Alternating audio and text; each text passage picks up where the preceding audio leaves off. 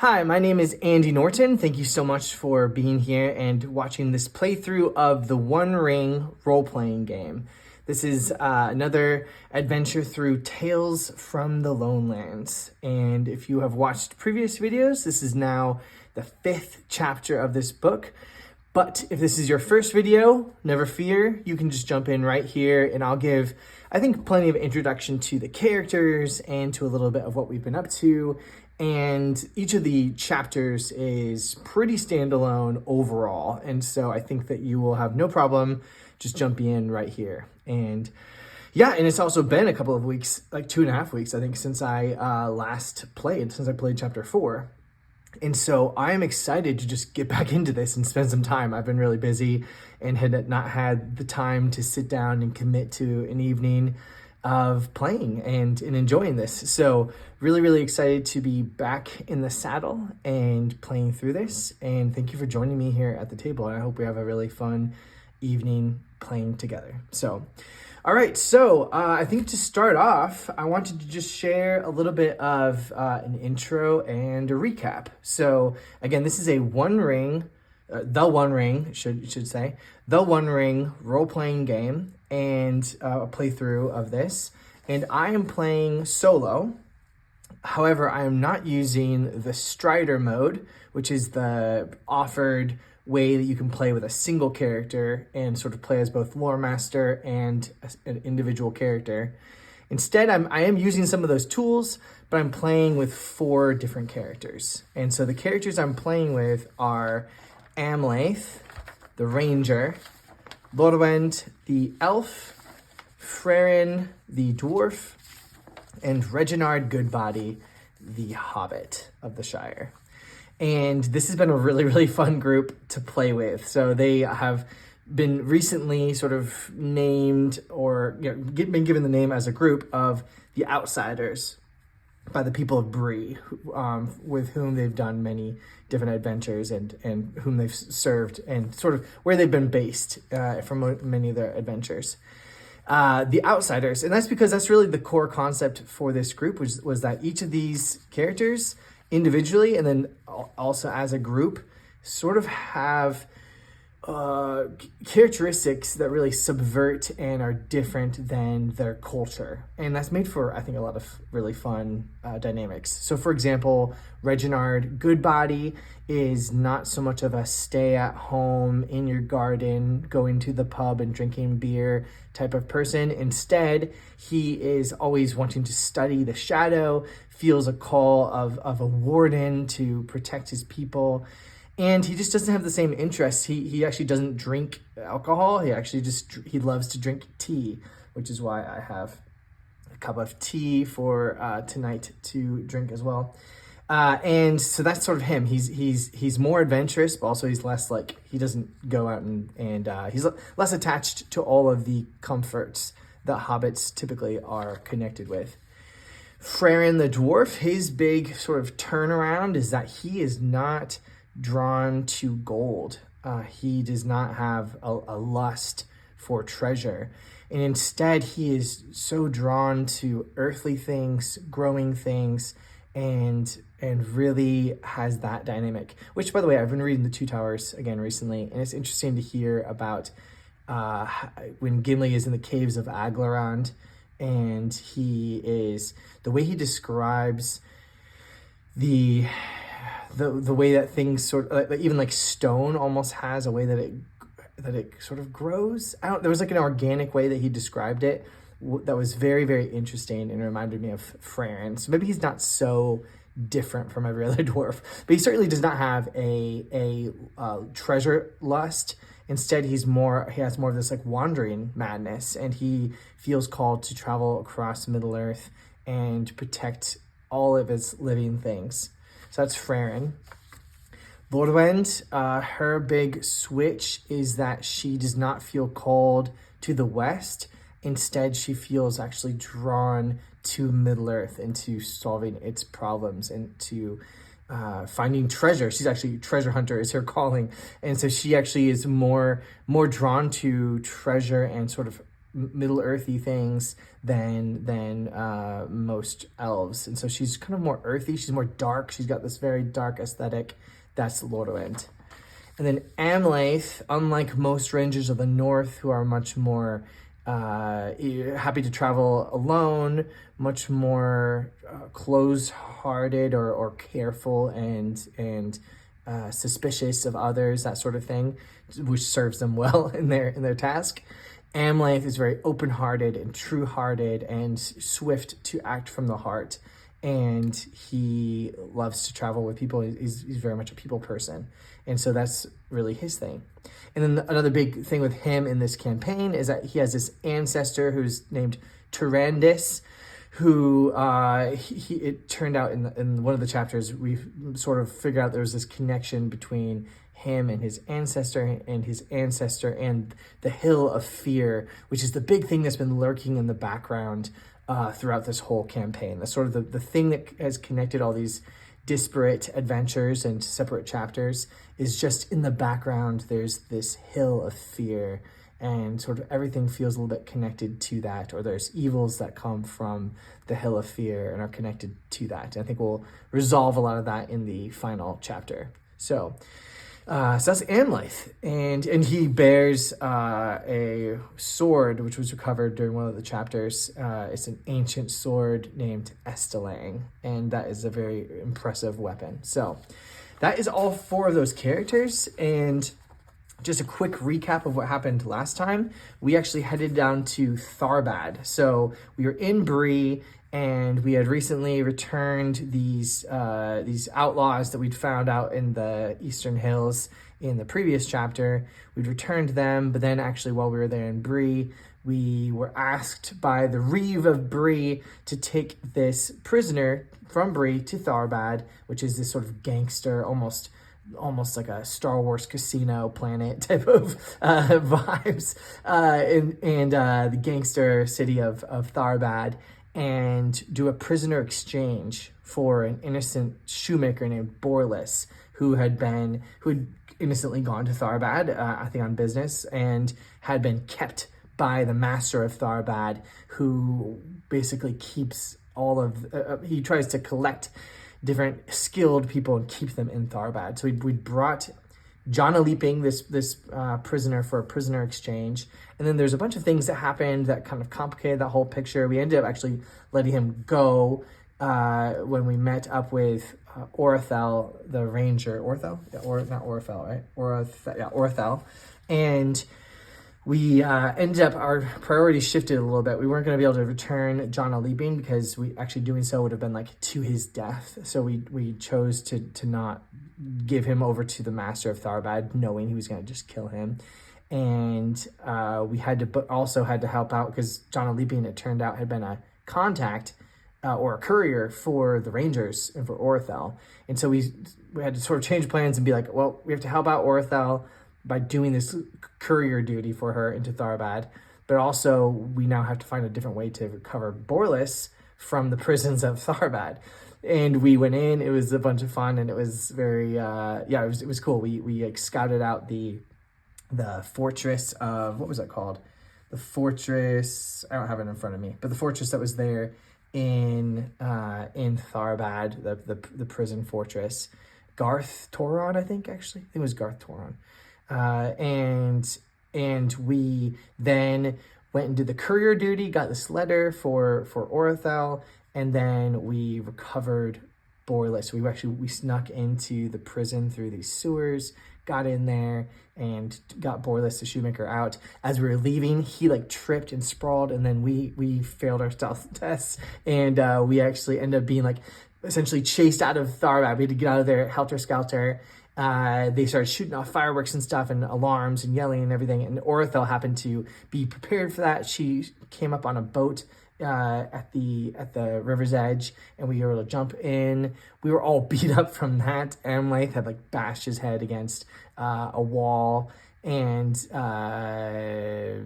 Reginard was already injured, had a wound from having a terrible fall during the journey down to Tharbad.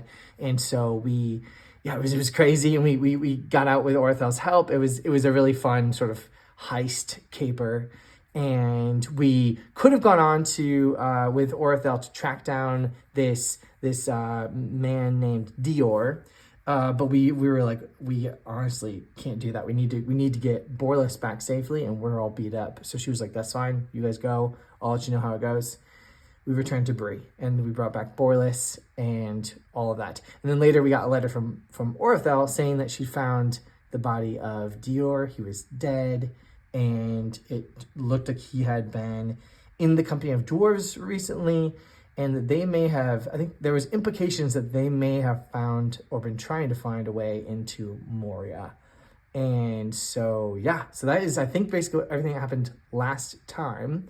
And then we ended at the Fellowship phase. Only a few things happened in the Fellowship phase. So in the Fellowship phase, there's a few different things that happen. You get skill and adventure points, and you can spend those. A few of the things we got was like Amlaith upped his battle, Reginard upped his stealth. He also got a thing called Three is Company, which is a Hobbit cultural virtue. Lôrwend got scan 4, which is amazing.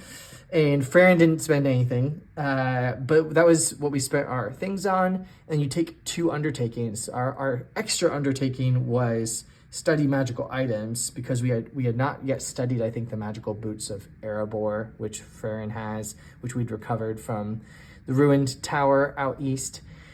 So we studied that as our extra task. But as our primary task, what I did was I basically took from, I think, chapter 2 of the Tales from the Lone Land. There was a extra Fellowship Undertaking that you could add, where you could go up to the Ice Bay of Forochel, or Forochel, I'm not sure how you pronounce that, but we'd go up to the Ice Bay, and as a Fellowship Undertaking, basically just spend some time up there hunting, and you could then use it as a base of operations. And I took that idea and I thought, I'm going to apply the same thing, where we're just going to say that we are now going to be able to use as a base of operations, or a safe house, basically, for this next session or two.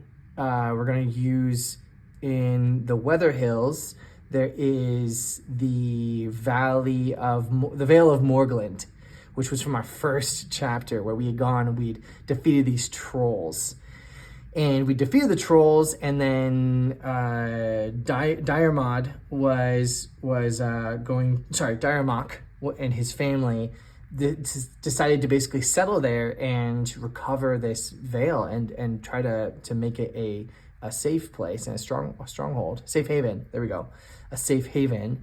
But what I was thinking is that we will basically spend our Fellowship phase, our Fellowship Undertaking, was spending time there, helping them clean out the Vale of Morglynd and what's called the Wart, which was like this ruined fortress, and sort of rid it of all its troll junk, and bring it to, help it to become more of a safe haven. So to that end, that's basically, mechanically, that's what's happening. We're going to be spending time there during the Fellowship phase, and therefore we can use it as a safe haven for these next couple of sessions. But I also thought it'd be fun to just do a skill endeavor to see whether we actually succeeded at really turning this into a true safe haven. And so a skill endeavor, this is unusual to do a skill endeavor like during your Fellowship phase, but I thought it'd be fun just to jump right into that. So really jumping right into it, this is the first thing we're going to do now is we are going to say that while this is sort of a flashback, because I want to move into the adventure phase after that, but it's sort of a flashback, but sort of a present thing, I guess, too. But we were attempting to help recover this Vale of Morglynd and the Wart and turn it into a safe haven. So what I wanted to do with a skill endeavor, I wanted to say that the difficulty, the resistance, is going to be daunting, or level 6. So normally you choose either 3, 6, or 9, and we're going to say it's daunting, which is 6. So we need to get 6 successes. So I'm just going to go like this, create 6 boxes. And then for the time limit, I'm gonna say we had plenty of time, like more than enough time, plenty of time. And so I'm actually gonna make it 7. So it's gonna be 7 time limit. So a very generous amount of time limit, and hopefully we can knock it out in there. So it's gonna be 7. So I'm gonna actually like put down just 7 numbers. And what that means is that essentially we have up to 7 skill tests that we can do to try and get 6 successes over the course of those 7 skill tests. And so then to decide what those skill tests are going to be, I'm going to use the lore tables from the Moria book. So in the back of the Moria book, there are these lore tables, which are like my favorite thing. The Moria book is incredible. It's a beautiful work of art. But I'm going to wear out this page right here because I just love the lore tables. So these are really, really fun for solo play. You get these also if you have the Strider mode, but I don't have that printed out yet. And so I just have this. So with the lore tables, what we have here is you have actions, you have aspect, you have focus, you have features. And so features are like things you might find. Focus is more like ideas or big idea words. Aspect is more of like adjectives and descriptive words, and then actions are actions. So what I thought would be helpful is probably to start with rolling for action and feature words. So we'll take these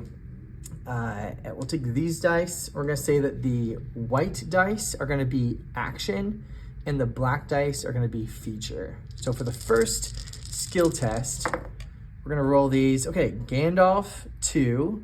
So over here, Gandalf 2 for the action is bolster. So we're gonna say bolster, and then it's 10-3. So 10-3 for the black dice. Bolster, and for the black dice, 10-3. So 10-3 is gonna be water is the feature. Ooh, bolster and water.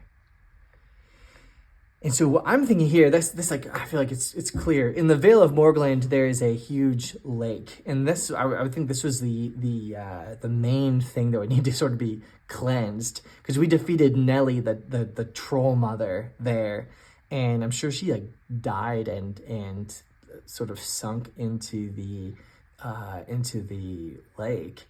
And so maybe what we need to do is that the first task is essentially gathering together as many people as we could gather together, because there's not just the family. They've brought other people from Brew, and other travelers from the south have come and started to settle on the land of the Vale, and started to till the Vale and really make it sort of a inhabited place and a lively place.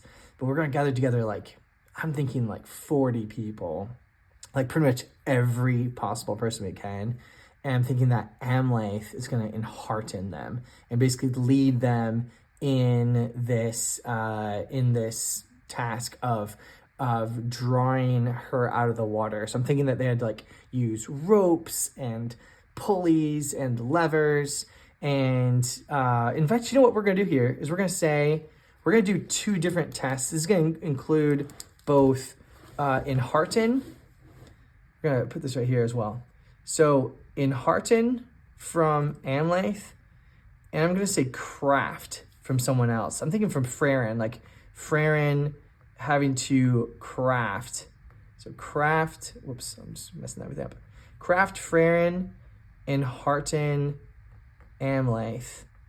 And so Frerin is gonna be in charge of sort of building levers and pulleys and helping them construct those to have tools. And then Amlaith is going to enhearten them to draw her forth. So let's say that first Frerin actually will do the crafting. I know I have it reversed right here, but he's going to do a craft test. And so what this will be is that he will have 2 for his ranks. He has to get a 14. And I'm thinking that Lôrwend is going to, I'm going to one second, I need to get a pencil really fast. I'll be right back. Need to grab my pencil.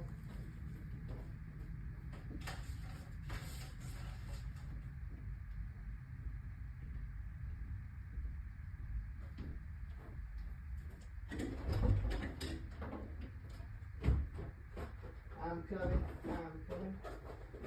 Okay, here we go. Got the pencil. I think I need to probably clear out some of their fatigue and stuff that I'd forgotten to get reset. Here we go.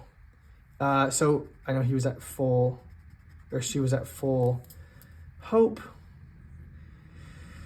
But yeah, sorry. So she's gonna spend one hope to assist him. So she works together with Frerin. She's gonna spend one hope. Since she has ranks in craft, she can do that. She can support him. Since he is her fellowship focus, that means that will be 2 dice instead of 1. And so he's gonna be rolling a total of 4 dice plus his feat dice. So feat dice and 4 more dice to get a 14. And I think that we'll just do that. Let me just quickly reset him as well. 28 here. Excuse me. I know he was at his full 14. All right. And he's not wounded either. Okay, neither of them are wounded. Sorry. Cleaning this up. I'm totally so prepared here. All right, so now for this craft test, Frerin is sitting down to craft a suitable we have fully functioning lever system here to draw Nelly out of the water. Oh no, let's see. Oh, actually no, maybe we got it. Wow, that's 15. We got it. Succeeded. So 15 had to get a 14. Succeeded. Definitely needed Lôrwend's help there. So I'm thinking that Frerin's like, thank you, elf, because she was definitely super handy for that. So this is Reginard here. He's getting set up too. All right, so they create this fully functioning, well-functioning levers and pulley system to draw forth Nelly. And then Amlaith is going to enhearten the whole group. And so Amlaith, his enhearten, he only has to get a 13. It's a feat dice. It's favored, so he gets 2 feat dice. And then he's rolling 3 more dice. And I'm thinking that that he's really going to lean into his true-hearted nature here. And he is so excited to draw forth this and to be leading this group of people working together. So I'm going to say that I'm going to invoke his true-hearted distinctive feature, which means he's now inspired. When you're inspired, if you spend a point of hope, which he will, then he can get 2 more dice on his roll. So he's going to add 2 more dice to his roll. He has to get just a 13. So he's like, heave, ho, heave, ho. And he's just really hard. Like, let me think, what else would he be saying? He's like, draw together, draw forth the monster from this, like, cleanse these waters for the Vale. And they're encouraged by his words, I hope. Let's see. So, this is perfect. The Eye of Sauron we can cast away. We got a 9. We totally succeeded. It was a extraordinary success because we got 2 6s. So 2 of these Tengwar symbols and got, the 13, obviously, blasted past it. And so we not only succeeded, but it was an extraordinary success. So his craft one was 1 success. This is actually going to be 3 successes because of the 1 success and then 2 more Tengwars. And so we draw forth the Nelly from the lake, and the everyone just cheers, and and there's just howls of excitement and gladness as Nelly is pulled from the bottom.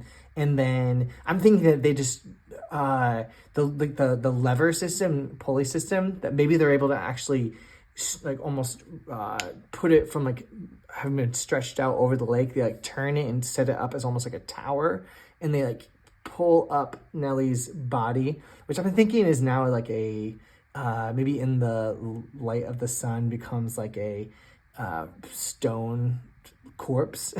I don't know how that would function exactly, but then lift it up and then drop it, and it just smashes in onto the rocks below, and they basically break up this entire corpse of Nelly and really sort of break the curse of her presence.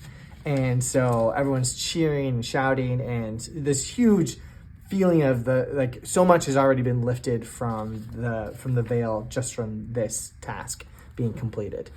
All right, that's fun. And then what else did we do? So I'm gonna go back to the lore table, and for the third task, we're gonna roll again. And again, this is the feature and this is the action. So let's roll this.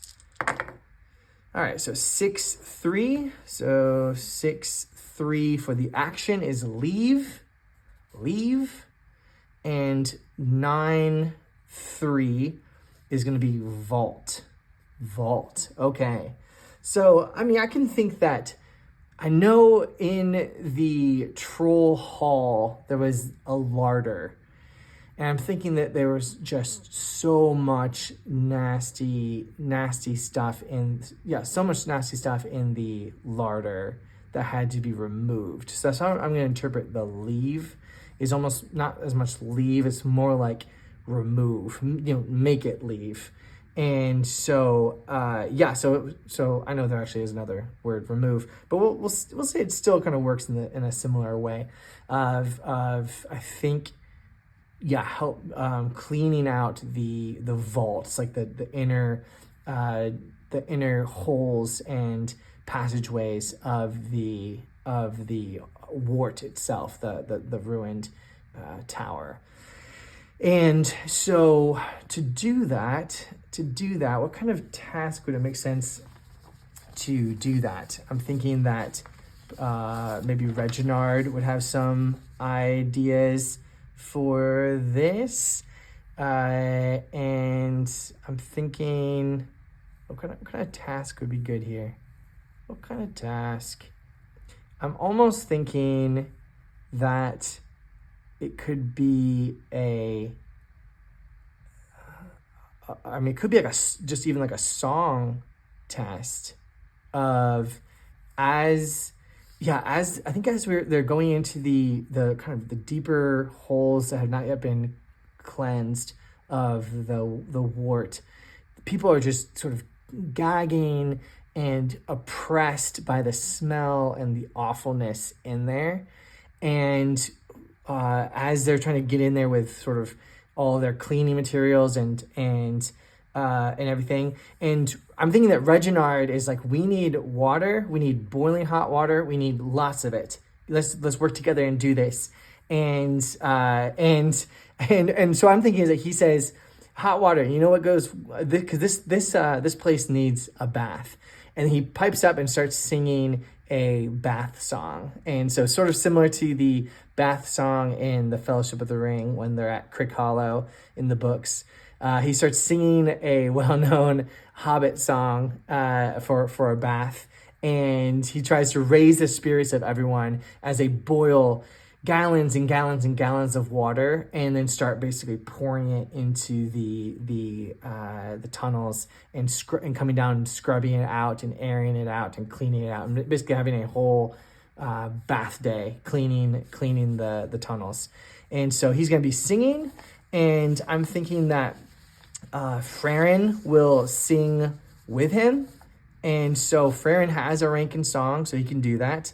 He also, Reginard is his focus. So if he spends a hope, then that's going to be 2 more dice for Reginard. and then Reginard. So Reginard will be rolling 5 dice and a feat die. And so let's see. Is this enough? Is that what he wants? Is that what he needs? Is there anything else he should do there? I'm thinking he could probably spend a hope too. I'm thinking that he is gonna invoke his eagerness, and he just goes to town. He rolls up his sleeves and starts, bursting into song to sing this, and sort of pushes his glasses up his face. I always forget he has glasses, but he has sort of a a bit of a Harry Potter look to him. And he pushes his glasses up, rolls up his sleeves, and just pitches in eagerly. And so he's going to invoke that.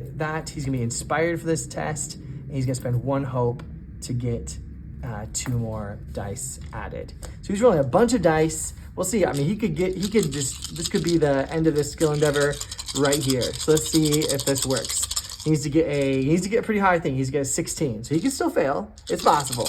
Let's see what he gets. I think we got this. Yeah, we got this, and it's gonna be perfect. So 10, yeah, that totally succeeds, and with a single 6, which is gonna be a great success. And so that's gonna be 2 more, and we absolutely blew that test away as we did. What was this? This was leave and vault, and I should just write down what we did just so I can remember.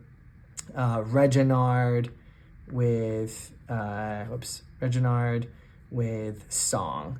So he's singing, and Frerin singing with him, and everyone just picks up the song, and the whole place is just a mess of laughter and slipping around and bubbles and open windows and brooms and mops and towels, and it's an absolute bath day in the Vale of Morglynd in the Wart. And so we don't have to do any more tests or rolls, which I think is great. I think it's really fun that we in just a few, only took 3 tests, and we knocked out that daunting task of cleansing the Wart.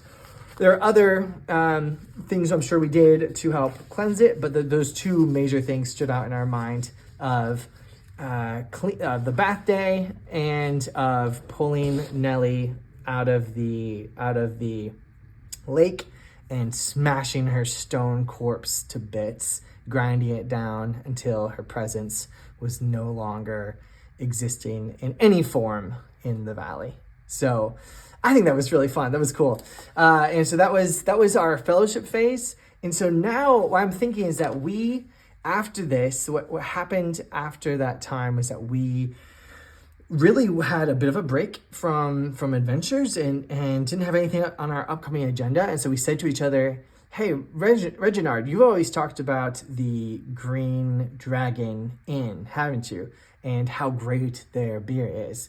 And Reginard's like, well, actually, I mean, I don't talk about their beer, but I really love their tea. They have this incredible tea that they make. But yes, the Green Dragon Inn is known for their brew. The only brew for the brave and true comes from the Green Dragon. And so they're like, let's go, take us there. Like we should go to the Green Dragon and just celebrate all of the hard work we've been doing and take a load off for just a little bit. So that brings us to the present moment where we're now seated in the Green Dragon Inn. And we've been, sharing our highlights of the past month or so, and really including, what were all your highlights from cleaning or from cleansing the Vale. And we shared about how much we loved, pulling Nellie out, how exciting that was, and then how fun and silly the bath day ended up being, instead of being just dark and dank and depressing down in the tunnels. And so we are sharing this, we're laughing, everyone is enjoying the brew of the Green Dragon Inn. Reginard is enjoying his tea, and at this point then the door opens up and we see a familiar face walk through the door. And this familiar face is a dwarf. And this dwarf is going to be a dwarf that we met in the first chapter as well. Like the Vale of Morglynd was from the first chapter. And we all looked at the door and we're like, we raise our mugs. Everyone sort of tries to remember the dwarf's name. But Frerin remembers his name, and he says, Floki, like, get over here, Floki. And Floki the dwarf comes to our table, and we're like, sit down, join us. And Floki and his companions join us, slide in, and there's hugs and there's beers and calls for more drinks for the whole party. And we meet up with Floki. So Floki was a dwarf that we had met briefly in the first chapter. He was the one that told us a little bit about Jari, the dwarf, who ended up, he told us about how he was really actually kind of a bad character, that he was trouble, that anyone who hung out with him was going to come to a bad end. He warned us against him. That allowed us to be on guard and ready as we followed Jari out into the hills in our mission to the Vale of Morglynd. And so he was very helpful in giving us that heads up on the nature of Jari. And so we haven't seen Floki for many months. Like, we may or may not have seen him briefly at other points, but we're just happy to see him again, and we're cheering and toasting him. And then he says to us, he's laughing, and it's so good to see you again. You need to come out to the Blue Mountains and visit me in my home. I've seen you on the road here at the Green Dragon in the Shire. I've seen you in Brew, but out in the halls of the dwarves in the Lôrwend, the Blue Mountains. The halls there are vast, and there's so much space and beauty and grandeur. And you would be royally welcomed if you would come out and visit the halls of the dwarves. You fine companions and dwarf friends, I name you. You should visit us in the Blue Mountains. And but he says to us, however, I have for you one favor I would ask of you. And we all lean forward and say, of course, like, what can we do? How can we help you out? And he says, I have a message for my brother. And my brother, his brother's name is Flonar. So my brother Flonar, I would appreciate your help in getting a message to him. He is out in the Hills of Evendim. He calls his home. He has a community there that he has gathered together, and it's out of my way to go there, and a little difficult for me right now. And how he says this sort of is a little unusual, but he says it's just hard for him to get out there. And so if you would be so kind as to deliver a letter for him, he just needs to know about some of the business dealings of late, and I would appreciate your help in bringing this message to him. And we say to him, well, of course, like, we can do this. Point us in the way. Like, let us know the way out to where he is, and we can bring the letter for him. And I'm thinking that Reginard would maybe sort of put his hand on Floki's forearm and just sort of insightfully look at his eyes and say, just one question for you, Floki. Why can you not deliver the letter yourself? I know it's out of the way, but is there something else at play here? And Floki looks a little downhearted for a moment and says, to be totally frank, the reason is that Flonar is somewhat in disgrace at this point. And as I am working to help him recover the good graces of my brother dwarves, it is important that I do not be seen with him, that I do not make excessive contact with him or visit him in their community in the Hills of Evendim. as it could soil the bridges that I'm building to help return him to the good graces of the community. And I'm thinking maybe maybe Frerin would say, what could he have done that would cast him out from the mountain? And Floki says he's held in disgrace because he broke an ancient prohibition, which you know well, Frerin, the prohibition against entering Moria. It's said that he visited Moria with another dwarf and found a way in, and for this he has been cast out of the community, and I am trying to restore him to friendship and into the good graces and see a path of reconciliation for him. But it's not looking good right now, and I need all the help that I can to help him come back into the fold. And so as he says this, I think our whole company, our hearts are stirred by this, because for us, we believe strongly as a company in that people can be converted, that people can be redeemed, that people can choose to do better and to be better.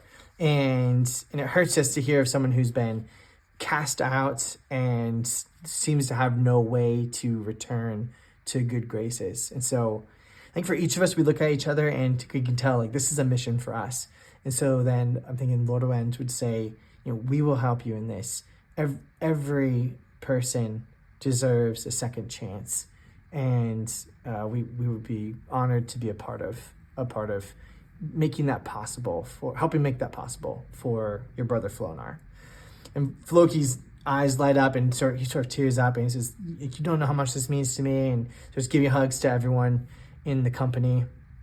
And he sort of wipes a tear away and says, thank you so much. Here's a letter. Good luck. And I really mean it. I want you to come to the Blue Mountains. Maybe after you have delivered this letter, come to the Blue Mountains and come soon. I want to show you our halls and show you our hospitality, especially for having done this great deed. And who knows? And he says, who knows? Maybe you could even speak on his behalf before my brother dwarves and plead his case. It's known that you were involved in the conversion of Jari, and we know Jari has been continuing to make his rounds around the mountains and elsewhere, trying to seek forgiveness and reconcile with those whom he has hurt and who he had any hurt from. And he has been working hard. It's still a hard road for him as well to fully return into the fold, but he has been working hard, and he's a evidence to me of how people can change, but also how difficult it is to be accepted back. And so you're known to be connected with that. Perhaps you could plead his case in the Blue Mountains as well. So so I think we take that and we say, yes, we'd love to come as soon as we can. We'll see where our journey brings us, but we will head to Lake Evendim. So we're given the letter, and we set our course for Lake Evendim. And so, so as we do this now, I can pull up the book. So that was basically part one of the book. So let me grab this out and pull up the chapter. Here we go. Wonder of the Northern World is chapter 5. When all was ready, they assailed and sacked one by one all the strongholds of the orcs that they could find from Gundabad to the Gladden. Both sides were pitiless, and there was death and cruel deeds by dark and by light. And so what we just completed was part 1, Floki's Errand, where he met with us. This is Floki here, and he delivered this letter to us, and now we are setting a course for Lake Evendim. I'm pronouncing it Evendim, but then I realized I was like, is it Evendim? I don't know. That might be the simplest way to pronounce it, but I'm gonna say Evendim. I think the word, like, it would be pronounced like that, Evendim. I'm not sure. So we'll move on to part 2. The Vale of Gold will be the upcoming section here, but we will chart a course to the place here. So it's actually on the northwest shores of the lake here. What is that lake? Oh, sorry, Lake Evendim. Yeah, so Lake Evendim. These are the Hills of Evendim. It's on the northwest shores of the lake. So here in this hex with the 8 on it is the Hill of Gold, and the place of Flônar and his company. And we're coming from not Hobbiton but Bywater, right? Which I think is around here, if I'm correct, right? I think it's Bywater is where Green Dragon Inn is, and I think it's up this way. So we're about, I think, 7 hexes journey up to the Hill of Gold. And so I'm thinking that we should do a journey. We should do a brief journey as we head up into these North Moors and traveling, up through the North Moors and then into the Hills of Evendim. And so for our journey, if you've followed along before, you would know how we do this, but we have, everyone in the company has a role. So Reginard is the lookout, Amlaith is the hunter, Lôrwend is the scout, and Frerin is the guide. So those are our 4 roles. And I'm going to go ahead and pull this up again. I'll just keep working on this page here. So it's going to be 7 hexes to get there, which I'm just gonna basically draw it as like, how would I do this? I don't really want to draw a bunch here. I'm just thinking, I'll just record it. So basically for this first test, this is gonna be the first marching test, and we'll see how far we go. So it's gonna be, we'll just say, so every hex I think is 20 miles. Is that right? Let me pull this up and confirm.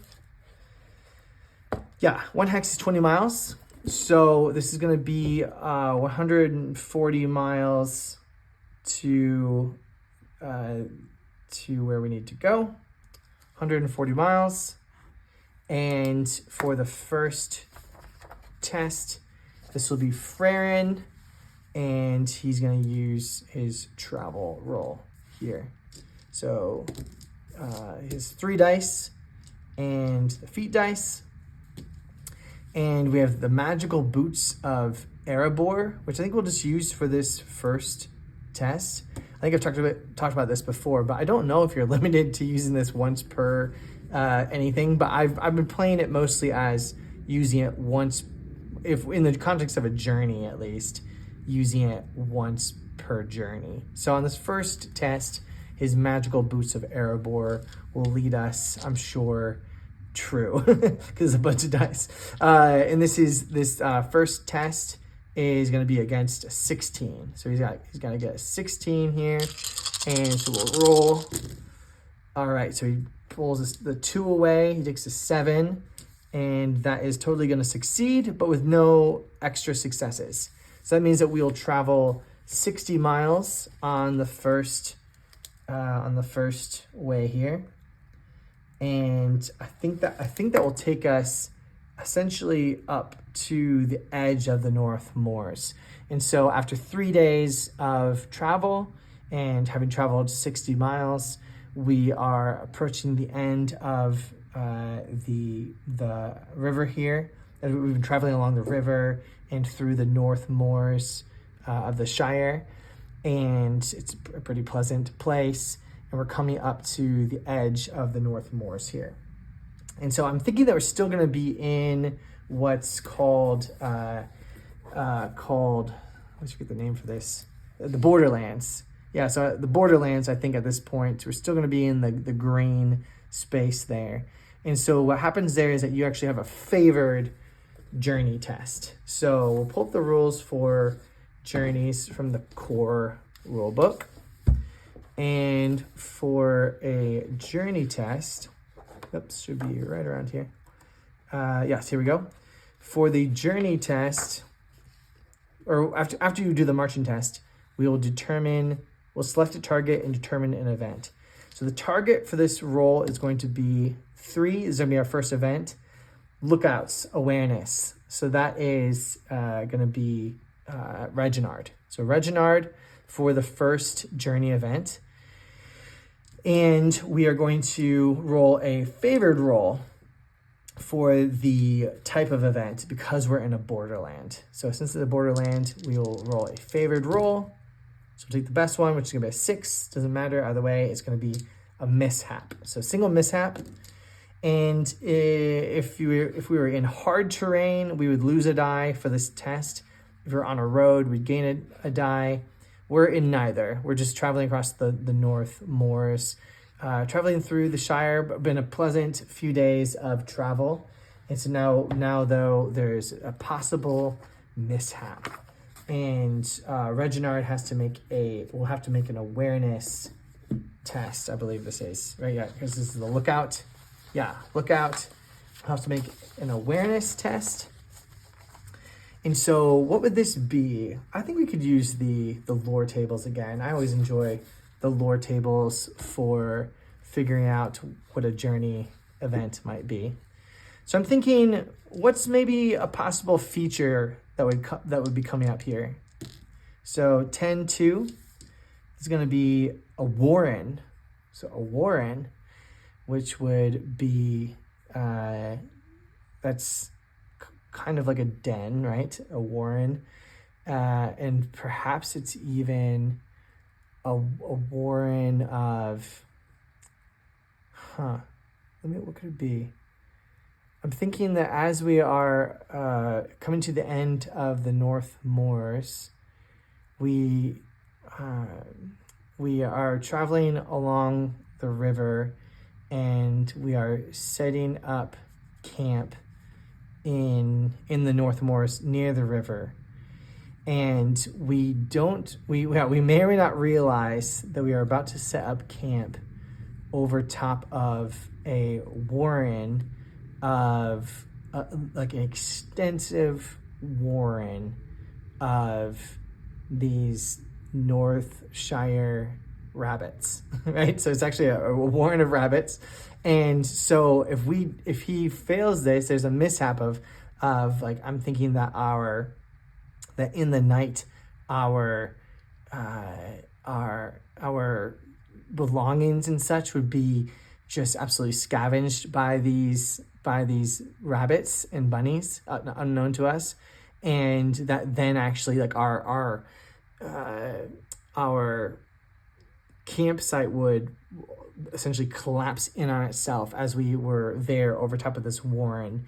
It would kind of collapse into the warren somewhat and cause like a terrible night of sleep and such, and cause extra fatigue. So if Reginard fails this awareness test, so does he notice that that's what's going on here? He needs to get a 16. He only has 2 ranks in awareness, and we'll see if he succeeds here. So he needs to get a 16 to notice this. Ooh, 8 is great. Hey, pull away the 2. No, it's a 15. So barely fails. So unfortunately, Reginard, who should have been, essentially he had the role of finding an appropriate place for us to stay, and he failed to carefully enough check where we were camping. And sure enough, in the middle of the night, we wake up as our tents and everything and sleeping sacks, everything just collapsed down into this warren, and we're all shouting and calling out, and we actually fall like several feet into the earth.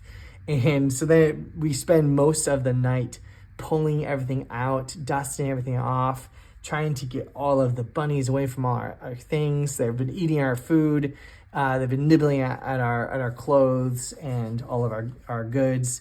And we have to basically relocate the whole campsite in the dark, half a mile away. And it's just a really terrible night of sleep. And so because we failed there, what happens when you fail that test is just simply, we would normally get 2 fatigue, but we're actually going to add a day to the length of the journey, and the target gains 1 additional fatigue. So Reginard in particular has the worst of it. He just, even after all of everything settled down, we actually then are going to, he just stays awake and can't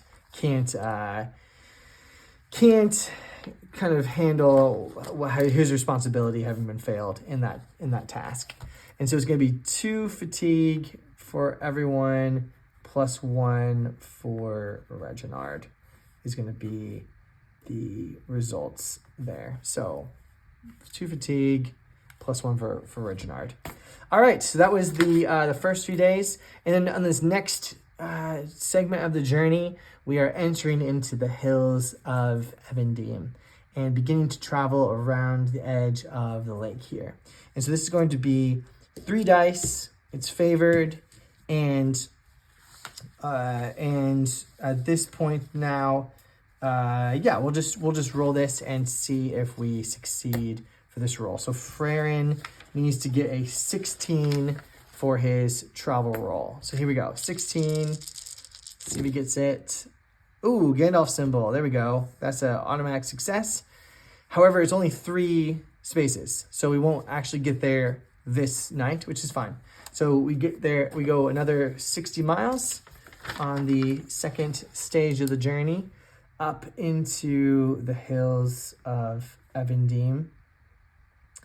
And I'm imagining that the going here is much harder. It's much rougher. We're having to cut up and down through these hills and sort of scurry down through some somewhat wooded areas and back up into hills. And the way is quite difficult here. There's gonna be 60 miles that we travel, and then the journey event. So I think this is considered dark land. Let me pull that back up. So where we are now, yes, is dark land. So these truly are the lone lands here in the Hills of Evendim, and people do not normally live up here. This is quite deserted. There are maybe hunters and such around, and small, you might come upon a cottage here or there of loners, hard-edged loners up here in the Hills of Evendim, but we're mostly alone up here in the hills and traveling through here. And so this will be an ill-favored roll for this event. So to determine, well, let's first figure out who the target is. Target is going to be scouts. So it's going to be Lôrwend, and the test will be, so instead of a 6, we have to take the worst ones. It's going to be a 3, which will be ill choices. Ill choices. If the roll fails, the target gains 1 shadow point of dread. And so this is Lôrwend, who will have to make an explore check in a moment. And let's check again to see with the lore tables what possibly this might involve. So let's figure out first a feature. So we'll roll these 2 dice to determine the feature. Gandalf 2.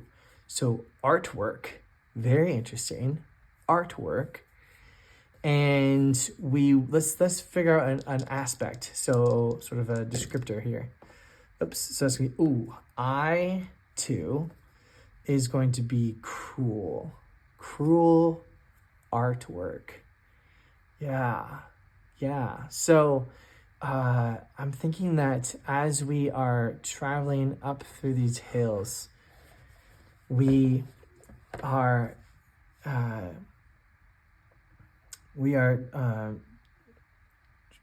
Frerin is guiding us. Amlaith is out sort of tracking, using his hunting skills to help track our way and plot a course through these hills. Reginard is on the lookout, and then Lôrwend is exploring out. She's sort of going on her own way as we are approaching. We're traveling into the early evening, and she's happy to see the stars beginning to show themselves in the heavens, and she is looking up, and she is she's sort of drifted away from the party as she is drawn out to sort of explore out ahead and scout out ahead. And she comes upon this down she actually is led closer and closer to the water, and to the steely gray water of Lake Evendim,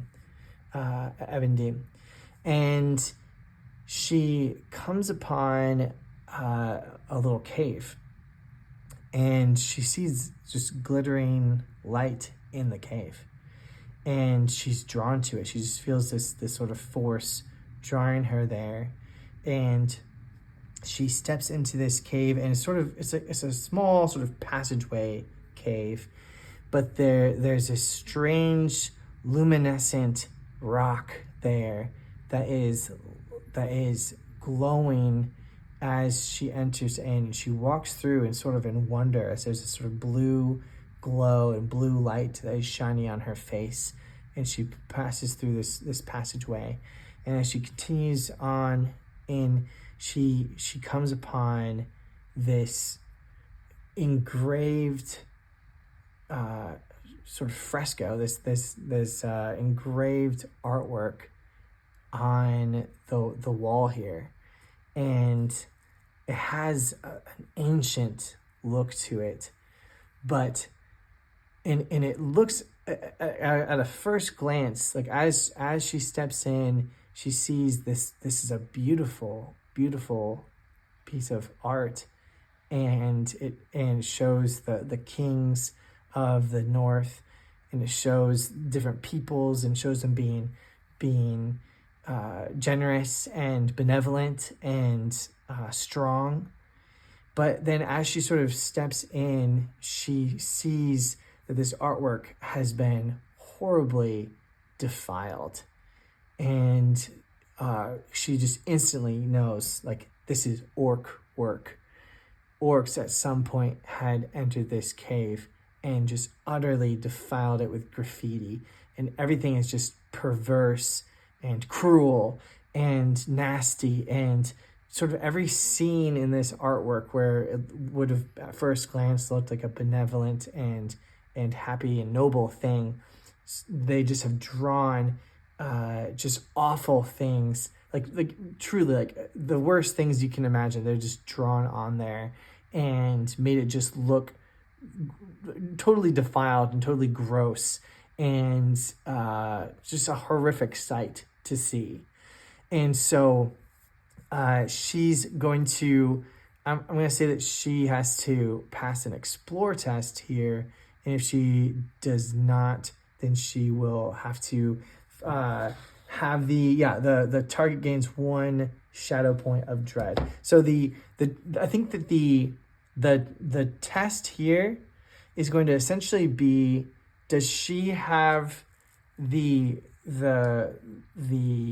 sense to not look long and hard at this, or is she going to be carried away in exploring and sort of look too long on this really cruel scene?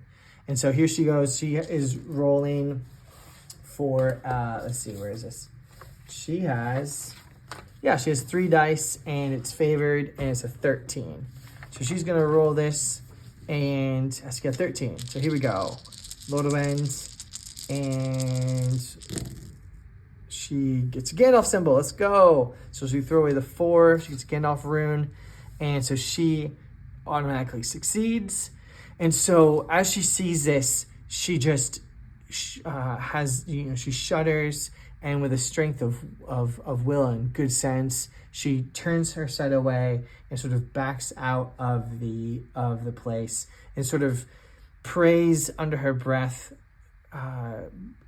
prayers of elvish blessing and sort of exorcism of this place, and touches the walls. And as she touches them, she can feel like a sort of a healing power go out from her as she exits this cave and leaves this cruel scene there, but does not dwell on it any longer than she needed to. So that is her succeeding at that event. So we only take 2 fatigue each as a party, not any shadow points gained for Lôrwend, which is great. She doesn't need that in her life. All right, so that's 2 more fatigue for the journey there. So final test here is, I think, pretty inconsequential, I think, actually. So we'll roll for Frerin, and he gets the favored roll, so he can cast the eye away. So he fails at his travel roll. We only go 40 miles. We only need to go 20 miles. So it's fine. Didn't make a big difference there at the end. Did the last 20 miles.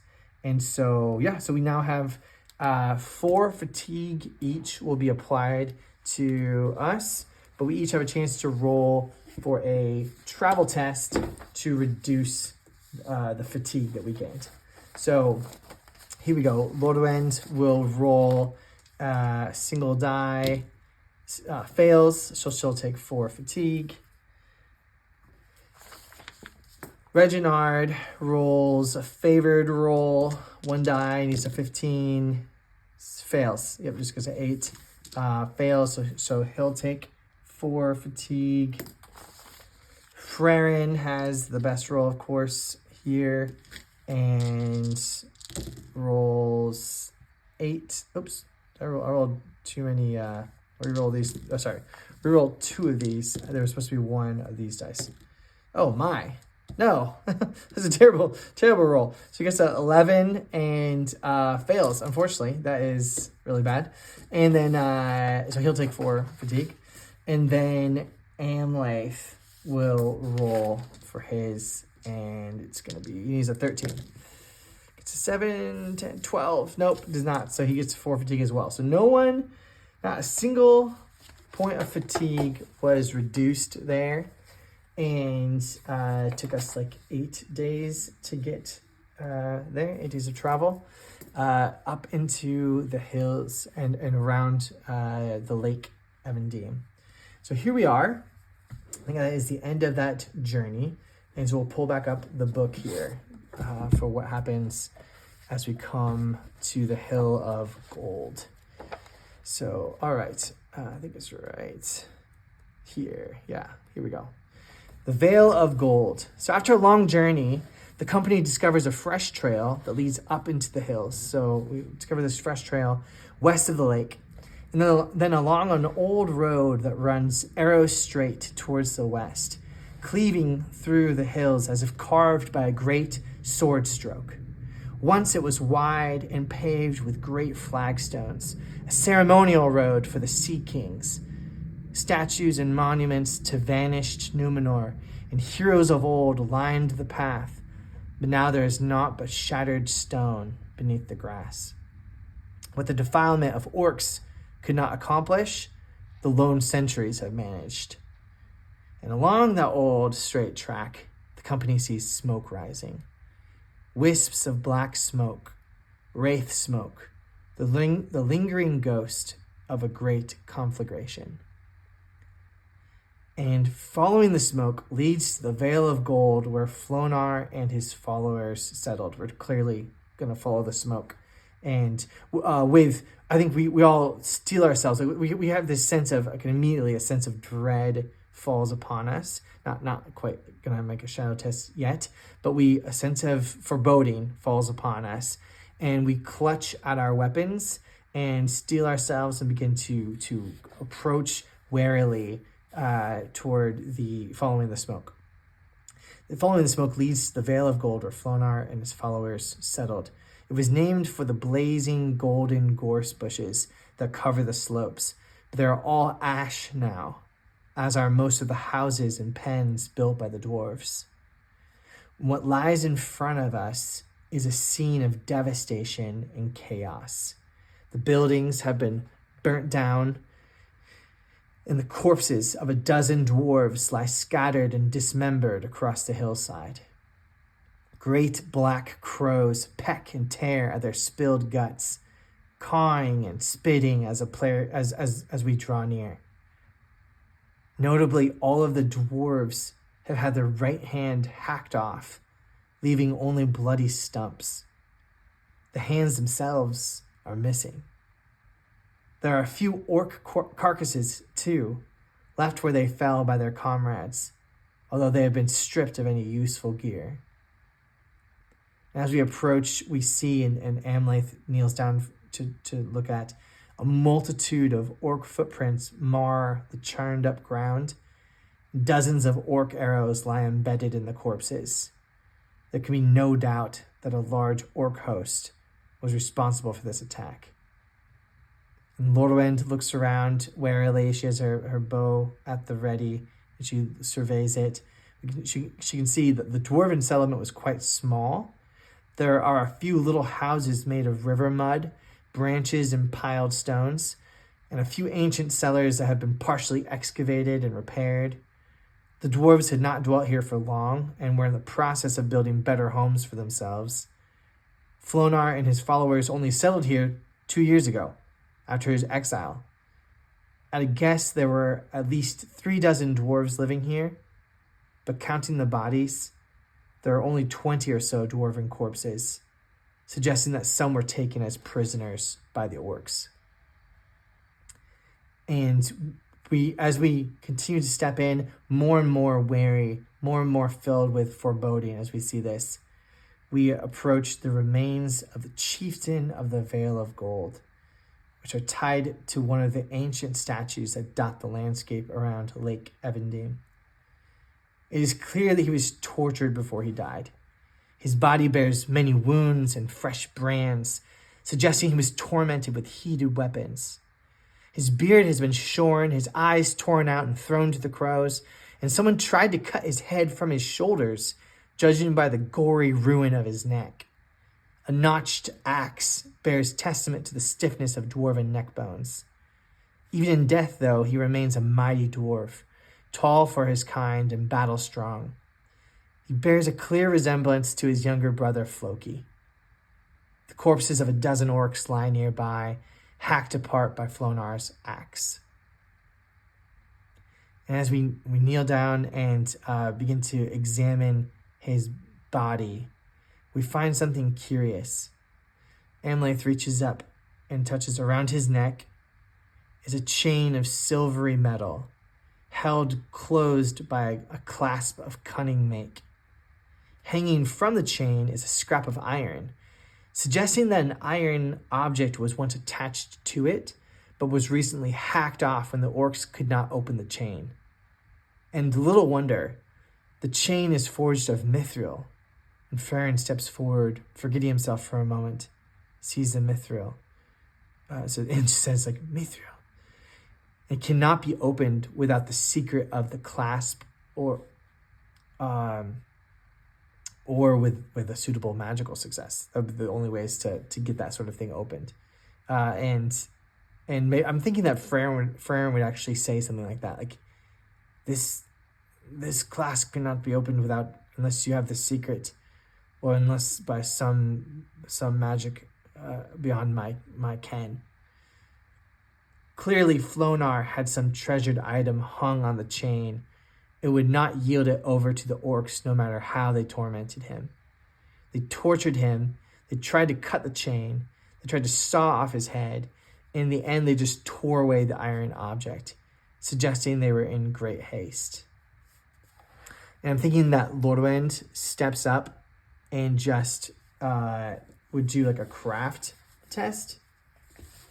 And she's going to spend, so she would have 2 dice normally, but she's going to spend a point of hope to use with her elven skill to get on an automatic magical success. So she'll roll to see if she got a great success. She did actually. She got a great success with this 6, and so she just steps up and very lightly, just in a way that can only be described as magical by any other people. She just sort of touches it, and with a twist of her fingers, the mithril chain comes loose and opens for her, and she pulls it off, and she looks at it, and she tries to hand it to Frerin, and Frerin sort of takes it and clasps her hands and pushes it back towards her and says, "You hold on to it." And so she takes the mithril and pockets it for now, which is like, I mean, that's a very worthy gift. I mean, I would think a chain of mithril. I should probably actually just record this for her, as I would think that's gotta be. I would say it's at least like 6 treasure. I think that a mithril chain is I don't know, maybe that's crazy, but I'm gonna say that it represents 6 treasure for her. So mithril chain is gonna be 6 treasure, and so she'll go up to 21. And so that is her. And I'm thinking that at this point, Frerin, at the very least, needs to make. I would say that everyone's gonna make a shadow test, test dread. Just seeing all the bodies and the horrific carnage of what happened to Flonar. So I'm thinking that Frerin would be taking 2. And so he's going to have to roll a Valor test here. We should be at a total of, for Fellowship, it should actually be a total of, I think, 7 Fellowship. But we'll just spend, I'll just spend 1 right now to make his roll favored. And so he's rolling a favored roll. This is using Gandalf's patron ability. You can spend a Fellowship point to make a shadow test favored. And so this is against his heart. So he needs to get 16 here. And so he is trying to endure the dread of this horrific scene. And he gets a Gandalf rune. Let's go. So he succeeds. So he reduces it by 1. So he only takes 1 shadow here. Goes from 7 up to 8. His max would be 14. Current is 13. So that's Frerin. Lôrwend is just gonna roll. She rolls. She's gonna get 18. That's rough. I think she's also gonna spend a Fellowship point. So that'd be the other person who spends it. So she's hoping for a Gandalf rune as well. Nope, she fails, and so she's gonna take 1 shadow from 3 up to 4. She has a shadow scar, and she's already so she really has at 5 because it's 4 plus 1. Yoicks. So that's her. And then Reginard makes his shadow test. He's just gonna roll 2 dice and a die to get to 15. He gets a Gandalf rune, so succeeds, so he takes no shadow. And then finally, Amlaith is going to roll 2 dice, just a single feat dice. Just needs a 13.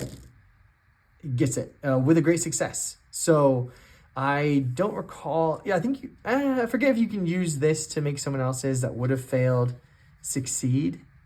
But I think that we could say that he. Oh, sorry. So he succeeded. So he took none. I'm gonna say that he helped Lôrwend. He actually takes Lôrwend's shoulder and sort of. She was the only one who failed actually, and so takes her shoulder and sort of comforts her as she clearly is moved by the devastation, and so she will not fail that test using that great success. I think that's allowed. I'm gonna allow it. So yes.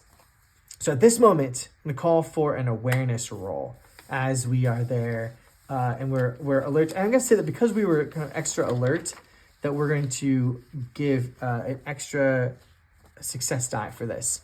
This is Reginard is the sort of the lookout, and he's going to be making this roll. It's a favored roll. He's going to get 16, and we're going to add an advantage die because we are aware, and because I would say the people that we need to be aware of are not being particularly careful enough. And yeah, I think that this is what he will roll here. And so he needs to get 16. So here we go. Awareness test being called for. Ooh, this is a 9. That's good. This is 1 can be pulled away. 9. This is exactly a 16. Wow. So he gets to 16. He perks up his ears and sort of turns his head. And he's like, wait, quiet. And so if successful, he hears the yelping and cruel jests of goblins close at hand, and we can sneak up on the foul creatures. So I'm thinking that we hear the yelps and yeah, the foul jests. We are going to then be able to very easily, I'm thinking, actually just swiftly and quietly, just all of us hide behind wreckage and sort of pass through this burning wreckage and debris just a little bit closer, fully undercover to see what is going on here. And I think what's happening is that this is like night is falling just now, or the sun has just descended below the hills of Evendim, and so because of this, this band of goblins that must have been nearby and had probably been resting in shade during the day because they detest the white face of the sun and her light. And but as the sun has fallen, as the sun has gone to her rest, they have come out and started just finishing some looting, and they're yelping and smacking each other and poking at each other and laughing and kicking dwarf bodies. And they pass through the town, and they're clearly just starting to travel to head east. And it looks like they're just shaking themselves off and limbering themselves up as if they're ready to sort of stretching and everything as if they're getting ready for to run. And we hear their voices, and they just are I think we just start hearing them talking. They're saying things like stupid dwarves, and they start complaining about what's his name? Why do we have to be the ones to stay behind? And they're complaining about that Hultmar. He thinks he can just boss us around. Well, we are orcs, so we are goblins of the mountains. Just because he's big doesn't mean that he knows everything or that he can boss us around. One of the other goblins says, but he does have those hands, those creepy, crawly hands. And he sort of makes a spooky gesture with his hands. And one of the other goblins just swats at him, just says, stop it. And they say, well, it's however far this is. I don't know how many leagues this would be. 400 leagues? I don't know. That might be crazy. But they say something like, well, it's 400 leagues to back to Rath Sereg. We'd better get started now. Another one says, I wonder if those dwarves give good sport. If we catch up with the main group, we can see how fun they are. and they laugh and just horrible laughs and just awful to listen to. I hope that you find it awful to hear me try and do their voices. But yeah, so this is a company of like 12 goblin archers, and they then we can see we're seeing them. Their shields and their helms bear the mark of a two-headed troll. And I'm thinking that Reginard could make a lore test here. So Or no, he doesn't even have to make a lore test. Or let's see, who is it? Not Reginard. Who is enemy? Or I'm thinking his shadow lore. I don't know if that's supposed to be a specific culture or not, but I think because of his shadow lore, he would know. And he whispers, like very, very quietly, whispers to Amlaith. That's symbol of a goblin band that dwells in the Etten Moors, far to the east of the Vale of Gold. And I'm thinking Amlaith actually wouldn't have recognized that, but he knows though of a goblin band in the Etten Moors, and he's heard of them and he'd heard rumors that they had begun to gather in the ruins of Rath Sereg, which is a fortress out there. And so the goblins say, "Well, we better get on our way." And it is, as they spit on the dwarf corpses and give one last kick, they start taking off, and they really are running fast. Like there's a great speed that they have as the night has now fallen, and they would be quite something to catch at this point, even if we wanted to. And I think Amlaith he kind of reaches back, to Frerin, who's just steaming, and Lôrwend, who looks just glint-eyed and dark-eyed at the goblins, and he holds both of them and he says, "No, like this is too many, and there are more behind them. We need to reconvene on what we need to do here."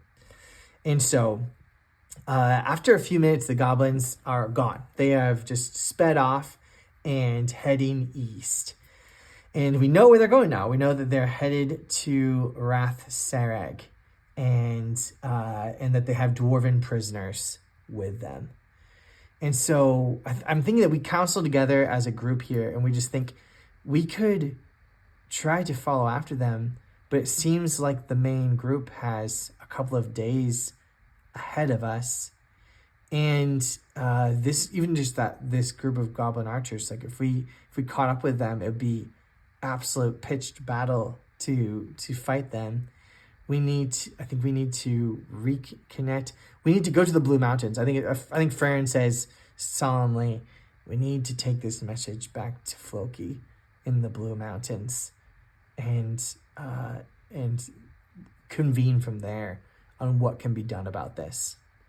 And so at this point, I'm thinking that we, after the goblins have gone, we carefully sort of spread out and survey the surrounding area of the Vale of Gold and Flonar's Hall and the surrounding area, and make sure that there's no other goblins or orcs in the area. But then we do the grisly work of taking the dwarves and pulling their bodies together, and I think we just decide, like, Frerin says something like, where will we get enough stone to build graves for these kinsmen? We can't leave them here for the wolves. But then Lôrwend and Amlaith look at each other, and then look at Frerin sadly, and sort of look at him with like a knowing look. And Frerin, I'm thinking, is just like, no. And he breaks down, just starts weeping, because he realizes that they have to burn the corpses, which, to my understanding, is really a sad, tragic thing. If a dwarf has to be burned, rather than laid in stone and returned to stone. And so, but he knows they have to do it, and so he doesn't even participate. He just falls down and starts weeping, and the other three have to basically light a funeral pyre, and then all four of them stand some ways away from it. In fact, actually, after they've lit the fire and got it all set up, they take Frerin and sort of pull him away from the scene up into the hills of Evendim, and then from a nearby hill, we look down and watch this just pyre just go up in a huge flames, and as the bodies burn, and it's just a sad sight. So that is the Vale of Gold. And so I'm thinking that we will basically skip over this section here, which is chasing the orcs. So if we wanted to try and chase the orcs, there's a whole setup here, but we will skip this. Although, hang on, one quick adjustment. I'm thinking that as we are gathering the bodies together, one last thing that happened was that we discovered the body of one of the dwarves, like cough, almost dead, like dying, like final breaths of this dwarf. We'll say that, which one was it? Let's see, I'm gonna roll this dice and say it was, I think it would be Hilvi. So Hilvi, who was a talented weaponsmith, they say Hilvi says that we find him, and we're like, we just come up to him, and the whole party comes close to him and says, just is there with him. Like, there's nothing really to say. He's just like breathing hard and gurgling, and clearly he's about to die. But he says like, I'm trying to think what he would even say. He tries. I would say he tries to say something to us, and then he just reaches into his into a sort of a breast pocket underneath his armor and pulls out a small book and presses it into Frerin's chest, and Frerin takes it and he dies. And so that is his death, and then he was one of the people that we burned. But as we read the notes, so as we begin our journey to the Blue Mountains, Frerin reads the notes and shares with the company that the notes show that this dwarf accompanied Flonar. So Hilvi accompanied Flonar south to the distant he had accompanied Flonar south to the distant city of Tharbad. This notebook is recounting this journey, and from there up into the mountains. And for a time they traveled with a man from the south, but they parted ways before they reached the Redhorn Pass. Flonar and the dwarf climbed the pass, but they were not bound for Wilderland. No, Flonar had a great secret, a hidden way into Khazad Dûm, a way that led to an ancient watchpost overlooking the pass. How Flonar discovered this route, the dwarf does not say, or does not actually even seem to know, but the dwarf leader was hopeful that the orcs did not know of that entrance into the mountain fortress. Flonar even dared dream that the dwarves could one day use this route to retake the city in a surprise assault, just as Thorin Oakenshield's companions planned to use the hidden door into Erebor to strike at Smog. Alas, they entered Moria and found that orcs had trespassed even into the hidden watchpost. The orcs must have found their way there only recently, for those particular halls were still mostly unspoiled and unlooted. So that is what we learned from this passage, that they had actually gone into Moria that way. And so we're starting to put some of the clues sort of two and two together, that the man that they traveled with from the south, that must have been that Dior who then Orthel found the corpse of, who had been traveling with a couple of dwarves, and those couple of dwarves had been Flonar and this dwarf Hilvi. And there was a hidden way that had been discovered into Khazad Dûm. And so now we're thinking, putting two together, is it possible that that encounter with the goblins there in Moria could have led to this event. Like, is there some connection? Like, why were they then targeted so far away in the Hills of Evendim? Why were they? Who could have then gone so far as to hunt them down all the way in this area? But we're starting to put two and two together of what happened here.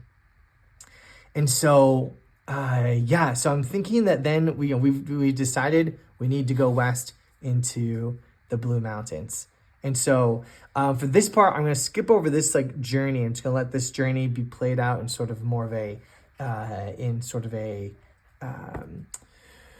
what's the word? A montage, more, even a hyper montage of you can imagine sort of scenes of us traveling through the hills, through the forests, and out across these open plains. And it's not the hardest journey. It's a very lonely journey across these lone lands. And and I'm thinking that as there's that mention of Thorin Oakenshield and their journey to through the hidden door into Erebor to strike at Smaug, that just brings to ever since reading that passage and hearing that there is a secret way into Moria, even Frerin is moved by this, and you can tell that he's ruminating on this idea of like, could they do that? Would it be possible for dwarves to enter again into Moria and do in Moria what Thorin Oakenshield and his companions did in Erebor? And as I'm thinking that at some point during the journey, he actually sings their song, sings the song of the dwarves of Erebor. So I have a few of the notes here. So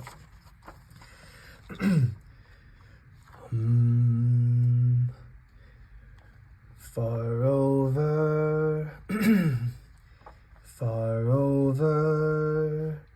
the misty mountains cold, to dungeons deep and caverns old, we must away ere break of day, to find our long forgotten gold.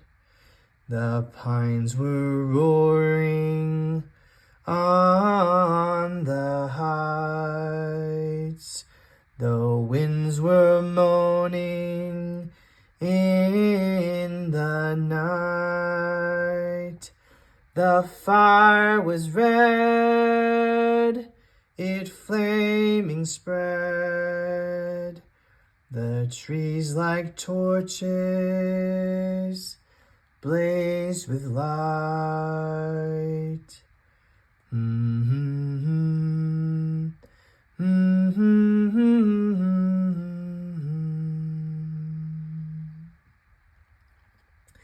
So I'm thinking that you can imagine as we're traveling across this land, that song is sort of playing in the montage of our journey, and sets sort of the tone, the mournful tone of our journey west into the Blue Mountains.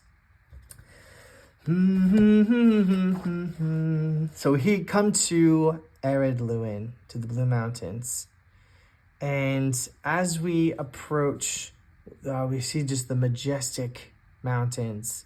I think they're called the Blue Mountains because they're sort of blue capped, pretty sure. I could be wrong about that actually. But I'm imagining that their tops look almost blue as we approach them. And we enter the halls, and there's sort of this imagine like a grand, large, just like a massive, almost like a place, entryway for giants. This huge entryway into the mountains, into the halls of Lôrwend. And once we get there, there are dwarves who are at the gate and hail us, and we share who we are and to whom we're come, that we bring ill tidings to Floki and to all the dwarves of the Blue Mountains, and we're ushered in to meet with Floki. And of course, Floki, when we meet him, is appalled and begins to tear at his beard and weep and gnash his teeth as he hears of his brother's death. Not only his death, but then the burning of his body. And he just no, and calls out and weeps and mourns. And you can just imagine him just tearing. It's uncomfortable to look at him as he's just tearing at his beard and grinding his teeth. It's just so frustrated and angry, and just starts cursing the goblins in this just sort of startling way of he just starts laying on curse after curse after curse on these orcs, and then he grabs the party and pulls them together and says, "I swear by Owly the Maker and Durin Deathless, by all the powers of the West and those below in the dark, that I shall have vengeance. Death to he who slew my brother, and death to anyone who stands between me and my revenge." And this oath, of course, is such a perilous and ill-chosen one. None of the party join him in this, but he makes this oath, and then he urges us, you must come with me. Accompany me here deeper into the halls and help me to gather a force to hunt down the orcs. And we look at each other and we say, we will go with you. We will speak on this matter. And so as we enter in, Lôrwend, as we're walking in, Lôrwend also pulls out the chain that was taken from his neck and tries to offer it to Floki. And Floki looks at it and says, "I do not recognize it. I have a guess as to what it may have held."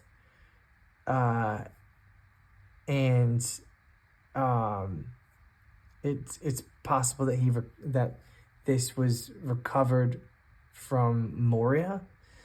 We know he went there, and it's possible that it was recovered from there. And we're brought into the halls, and we bring the rumors and tidings of the assault on the Vale of Gold to these dwarves in the Blue Mountains. And a council will be convened. Like as we bring these tidings, there's just weeping and shouting and crying, and a council is quickly convened. So just a little description of here. So once ruled by Thorin Oakenshield, the communities of the arid Lôrwend enjoyed a time of plenty and prosperity, drawing wayward dwarves from as far south as Dunland. When the dragon was slain in the Lonely Mountain, many dwarves chose to return to Erebor, leaving only the oldest and most illustrious dwarf lords to preserve the traditions of the lost mountain cities of the First Age, Nogrod and Belagost. Today, the Blue Mountains are ruled by many chieftains and no kings, a land where proud dwarves labor and nurse the memory of lost glories. The council is called in the Halls of the Dwarves, the main dwarf hold that's dug on the east side of the Blue Mountains to the north of the Gulf of Lune. The underground city extends deep into the mountains, but its halls have seen better days. Clearly built to house a much larger community than the one inhabiting it, the dwarf hold is ancient and vast, and its drafted chambers and rune-scored passages are poorly lit. So here we go. Move on to a council. That's a fun little scene there. This says order of events. This scene uses the council rules, but changes the order of events slightly. Swap step 1, which is set resistance, and step 2, introduction. So we're going to do an introduction before we set resistance. So the player heroes arrive, introduce themselves, there's some intrigue, and then they decide what they're actually asking for from the dwarves. So that's why it's reversed. Normally with a council, I think the idea is that you would normally come in sort of knowing what you are there for. Here, it's going to be introductions first, and then we'll figure out what we want to do. So, all right. So the council begins. I'll just, read some of this. So in the hall chosen for the council, 7 large braziers burn with tall flames. Their light and heat struggling to chase away the shadows and dampness from the tall ceilinged room. The gathering is overseen by a dwarven elder with clouded eyes named Vilya, a veteran of the Battle of Azanulbazar. She was struck by a poisoned orc arrow in that battle, and the venom ate away her nerves. She walks with difficulty, so she is carried on a palanquin by 4 stout dwarves. Other dwarves file into the council chamber in the mountain's heart, and when the chamber's seats are full, Vilya thumps the staff onto the ground. We are gathered, she says, at the request of Floki, second son of Flokar. Dark tidings have come to us of the Vale of Gold. These travelers came from the hill and brought news. And Vilya asks us to introduce ourselves and to tell the tale of the Vale of Gold. And this is the introduction step of the council. So note the result of the company's rolls and any Tengwar rolled to set the time limit for the council. So just to remember how that works, I'll pull up the council rules, which I think are right here after the journey. No, right before the journey rules. So for council rules, I think you just make 1 roll for the courtesy. Let's see. Well, let's see. It says at the beginning of a council, the company must present themselves. To do so, the company elects a spokesperson, possibly taking full advantage of their best speaker. To introduce the company, the spokesperson must make a skill roll. The roll result determines the time limit of the council. That is, the total number of attempts that the player heroes are granted as a group to present their case before they are finally dismissed. If the roll is a failure, the time limit is equal to 3. If the roll is a success, the time limit is equal to 4 plus 1 for each Tengwar icon rolled. The skills that are particularly useful in setting up a good introduction are listed below with details of their uses and consequences. So you could use something like awe to convey a powerful message. You could use something like courtesy to just politely introduce ourselves. And riddle, if the company has doubts about the opposite party's intentions, a spokesperson can craft questions and answers in a way as to extract a lot of information from others in exchange for very little. So it could be other skills, but awe, courtesy, and riddle are some of the best skills. So who would be our best person to lead us here? Reginard has some courtesy. We have Lôrwend has some awe. I don't know if an elf would be the best first impression. Frerin has awe, has quite good courtesy, and so maybe for him, I would lean towards him. And I'm thinking Frerin. Let's go with Frerin. So Frerin, and I think courtesy makes the most sense because it's favored and he has 3 dice, and that's his approach. He's kind, he's patient, and what's interesting is that she's patient as well. So I'm thinking that Frerin matches the energy of Vilya and sort of reflects back the patience of Vilya. And so even as she introduces us, he almost continues as if he's in the same, like he's just picking up where she left off. And it's just sort of this, I'm imagining it's this very, very easy, subtle switch over from her talking to him sharing. And he shares we are a company of we're called by many, referred to many as the outsiders.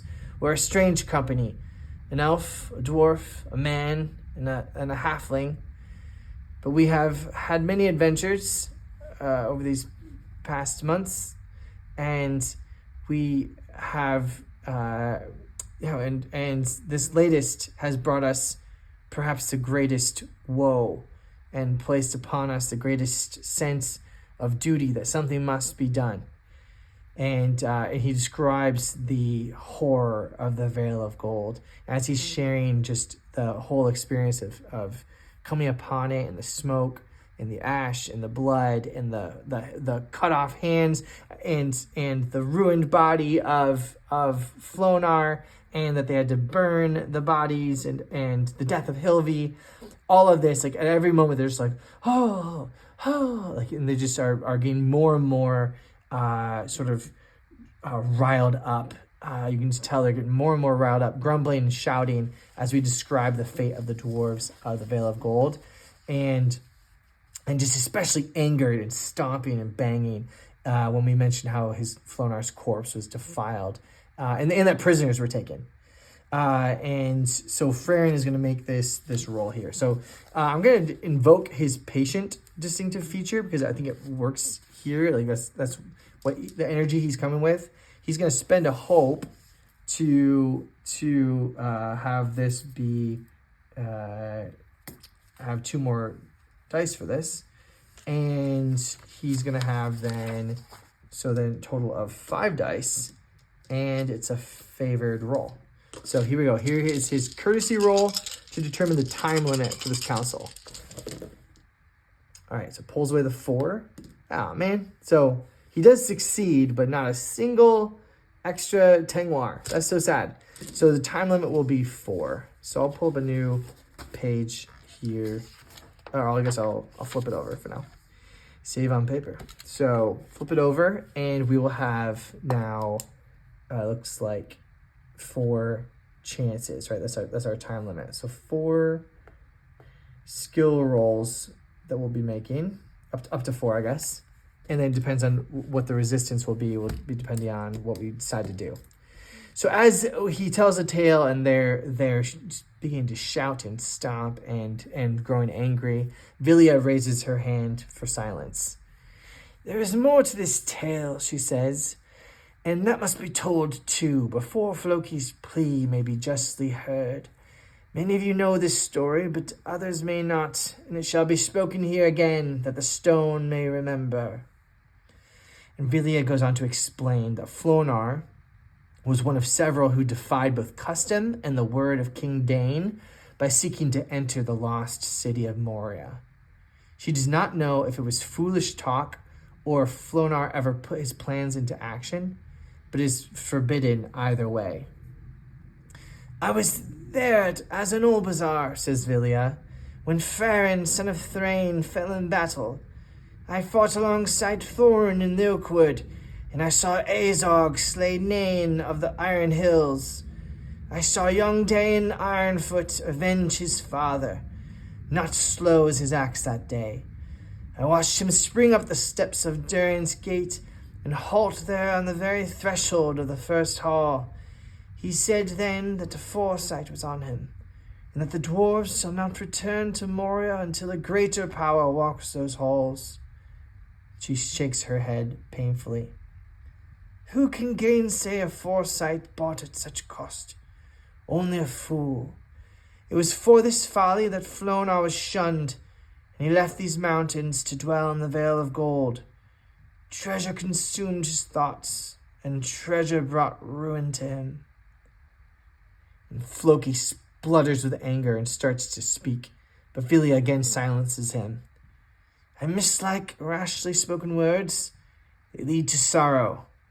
We shall convene again in 1 hour, so that we may choose wisely with clear heads." And so now there is intrigue in the hall. So what happens is that both Floki and Vilya are going to approach us, and depending on our playstyle, they may approach us as a whole group or as individual characters. And I'm thinking that just they'll approach us as a whole group. So Floki first will just take us together, and Vilya, I think, will say "I'd like to speak with you soon in my chambers." But Floki grabs us and says, come with me. And he's so furious he can hardly talk. He's convinced that the council intends to ignore the death of his brother. They're going to say that Flonar brought disaster on himself by leaving the safety of the Blue Mountains and going to live in virtual exile at the Vale of Gold. Cowards! When King Thor was killed at the gates of Moria, all the dwarves answered the call to war. They slaughtered all the orcs in the Misty Mountains. And now that the dwarves are stronger and the orcs are weaker after the Battle of Five Armies, now they have grown so fat and lazy on Dragon Gold that they will not lift a finger to avenge poor Flonar. And Floki begs us to help him convince the dwarves to go to war against the orcs who killed Flonar. And he says, remember my oath. You heard me say the words. I will not rest until they are avenged. And I'm thinking that the company looks at each other, gathers together, and says, just tries to thoughtfully consider what path to take here. And I'm thinking Frerin takes him by the shoulder and says, Floki, we desire justice for Flonar as much as anyone. But we need to know what is doable, what is prudent, and to do that. And so we must determine that and discuss together. But we will help. I'm sure we will help you if we can, if it proves at all prudent to do so. And Floki seems not fully convinced or happy with what we say. And he sort of pushes Frerin away for a second and says, and sort of storms off. It's like, I can't do this. As if he doesn't believe that we have the sort of the guts to go do this, or that we're not angry enough about this situation.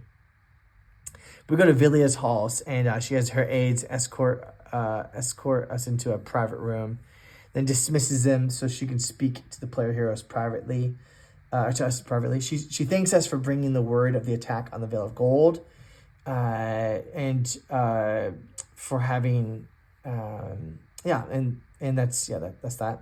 Then she continues, Floki, she says, is overcome with grief and anger. He calls for vengeance, but he is no king. Few dwarves will rally to his cause, and there are too many orcs for him to defeat alone. If you are truly his friends, you will put an end to his folly and make him see sense. It may be bitter to speak against a friend, and Floki will not be quick to forgive you, but it is for the best. Flonar was a fool. Do not let Floki follow him down the same ruinous path. As for the orcs who sacked the Vale of Gold, there's little that can be done about them. They are far away across the breadth of the Lowlands and secure in their mountain fortresses. And she asked us if we know any reason why the orcs marched so far to attack the Vale of Gold. And Lôrwend pulls out the mithril chain.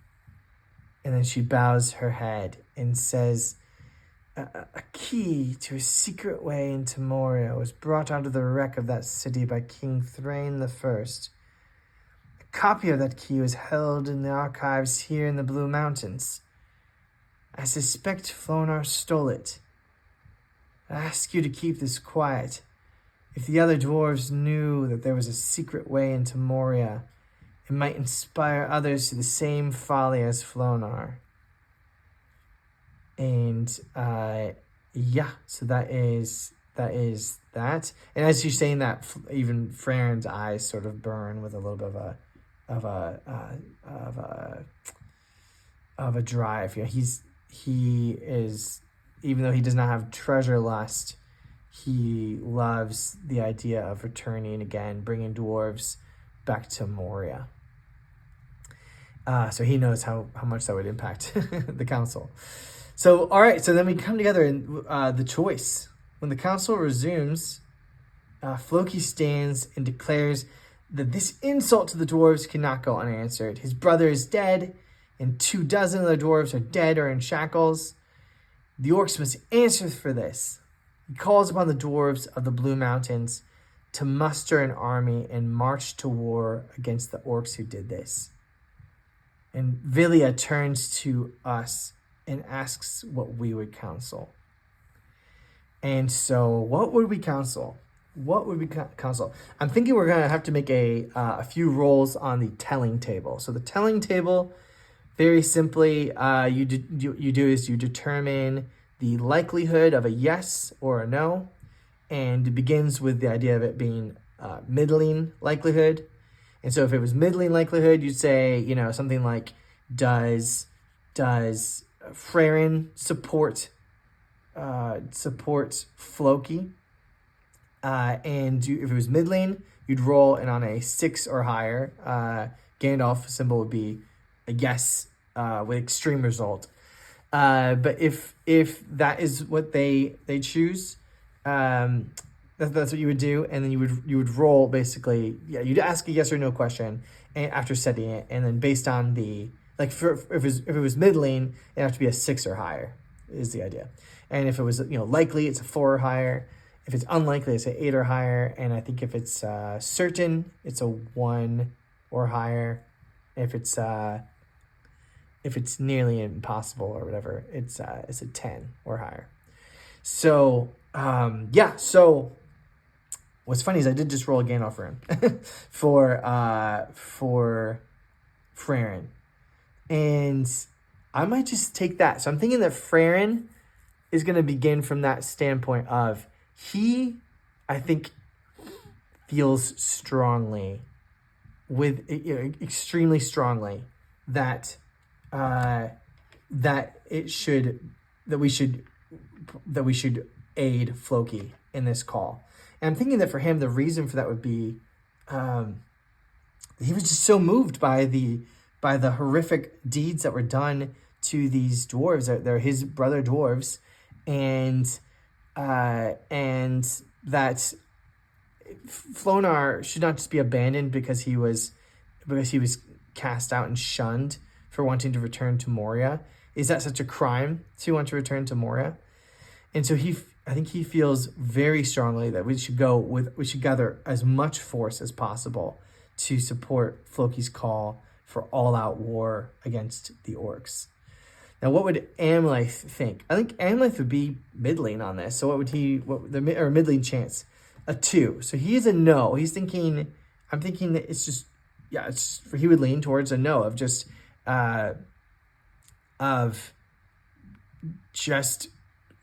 that we do nothing rash, that we might suggest investigating the orcs or sending a small Fellowship of Heroes to rescue any prisoners, but not raising up a whole army.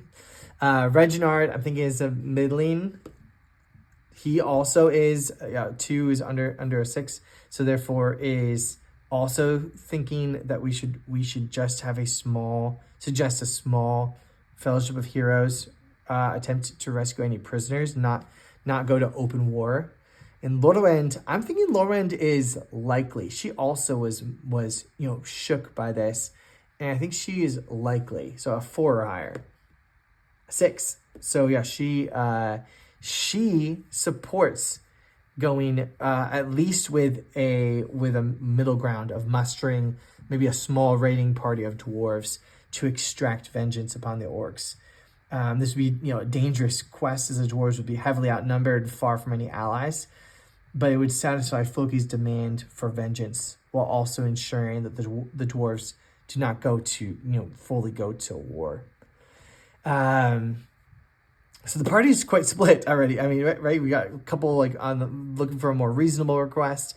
I'm thinking Lôrwend is would think more of this bold request of a raiding party. And let me get some water. And Frerin with the outrageous request to support Floki's call for all-out war. So I think as a party, what would we think? I feel like I'm not any closer to knowing what we would suggest. I'm thinking that that it's unlikely that the party would agree to to counseling all-out war. I'm just gonna say that. And so unlikely would be, I think it has to be an 8 or higher to be a yes. So it's unlikely that they would say yes to Frerin's request. A 3. So so I think we come together and we say we cannot risk open war with, if the dwarves march to war, then like what next? What happens next? Like where does it stop if they enter into open war, and it could be to the demise of many dwarves, and it could call out just war across all of Eregion or Eriador, and so we can't counsel that for them. And I think Frerin backs down from it and says, but we need to counsel more than just us going on a rescue mission. We need to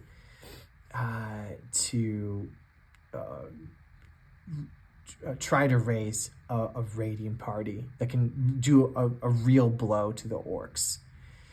And I think it's like almost certain that we would agree to that. So on a 1 or higher. So unless it's the Eye of Sauron, and in which case Amlaith and Reginard would sort of win out of saying like, no, we need to just say like only us, like we could go and try and do something, but we're not gonna try and get dwarves to go do this. 10. So we agree. We fully agree together. Yes, we're gonna counsel a middle ground of mustering a small raiding party. So I think that's what we say. So they turn to us asking for our for what we would suggest, and we start to give like some of that reasoning. And so what we do here is it's going to be a bold request. So resistance 6. So using this resistance 6, a bold request to essentially ask them for a small raiding party of dwarves. Like we think that with if we raised up a group of crack fighters, right, that we could deal a deadly blow to these orcs. We could, with a smaller group, we could potentially have a better chance of rescuing the prisoner dwarves. We could exact more of a targeted strike, perhaps kill even their leader, who they spoke of, Hultmar Manyhanded. If we could bring him down, then we could sort of scatter them, leave them leaderless, and it would be a real sort of eye for an eye strike against them. And so that is our counsel, is that if we could come, it would be dangerous because we'd be heavily outnumbered and far from any allies, but we could exact real vengeance on them. So that's going to be what we're asking for. And because we have a dwarf in the council, and we already know where they are in Rath Sereg, and we know of where it is, then the council's friendly. So we're actually going to gain a dice on all of our rolls. So friendly, gain 1d, and so then we can speak in support of this course of action. So I'm thinking that to begin with, that Amlaith would start with more of like an enheartening sort of speech. So he would be sharing, sort of really leaning into the pathos of this and the horror of this, and that this does call out for vengeance and for justice, and something needs to be done, and we need at least we need the best and the strongest to come with us and join us to exact vengeance. So he's gonna gain a dice on his roll, and he needs to get a 13. He's got a favored roll here. All right, so pull away the 3, and so we're left with this. He succeeds on his roll. So he is successful on this first roll, and is going to get 1 success on this enhearten roll. No extra successes though. And so they nod in agreement as he is speaking forcefully and strongly of the need to rise up and join us in this attack. I'm thinking that. What was I thinking? I was thinking that Reginard would sing a song and Frerin would join him. So yeah, at this point, Reginard would sing sort of another few lines of a song that sounded like the far over the Misty Mountains cold, but he changes the lyrics of it to speak of the brotherhood of the dwarves and of the bond of blood and of their culture and of the dwarven bond, and that their real treasure is not in gold and silver and jewels. Their real treasure is that bond, that brotherhood. It's blood is their real treasure. And so he sings this beautiful song, and he's accompanied by Frerin. So I'm thinking he's going to roll 3 dice with a feat die. Frerin is going to spend a hope to sing with him, and they're struck by this outsider singing this song with his beautiful hobbit voice, and Frerin joins in with like a low register with him. The others also are singing, and actually, like I would say, like Reginard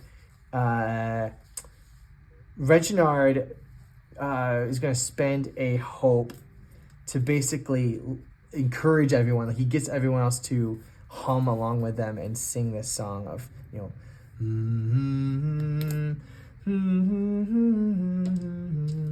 So as another die, and they should have 1 extra die because of it's a favor, or it's boosted from their friendliness.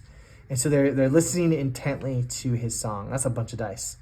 Listening intently to this song that he sings. He's to get a 16. So here we go. Song. Yes, he gets it and gets a success. A great success. So it's not only a success, it's a great success. So this is going to be 2 more successes listed there. And this is song from Reginard. Gosh, this is going to be tight. And so, yeah, it moves them, and they many of them look kind of teary-eyed and moved at this point. And I'm thinking then that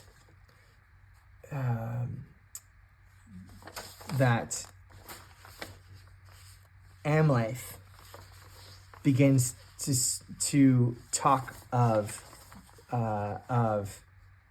battle and just dives right into like battle plans. So he's going to be rolling 3 dice, and he's got a favored roll here. And I'm thinking that he's going to lean into his distinctive feature of swift. Because he's like leaping right into this. Like, this is kind of crazy. He's jumping right into it at this point, outlining like straight from the song. He does not waste any time. He's going to spend a hope to trigger this. And he does not waste any time just launching right into the battle plans, and starts going sort of pacing around the room and talking like in detail of how we could go with this crack team. We could sneak up and find if we could find a hidden approach to the ruined tower, the fortress of Rath Sereg. We could, by subterfuge, we could draw out some of the orcs, and then we could strike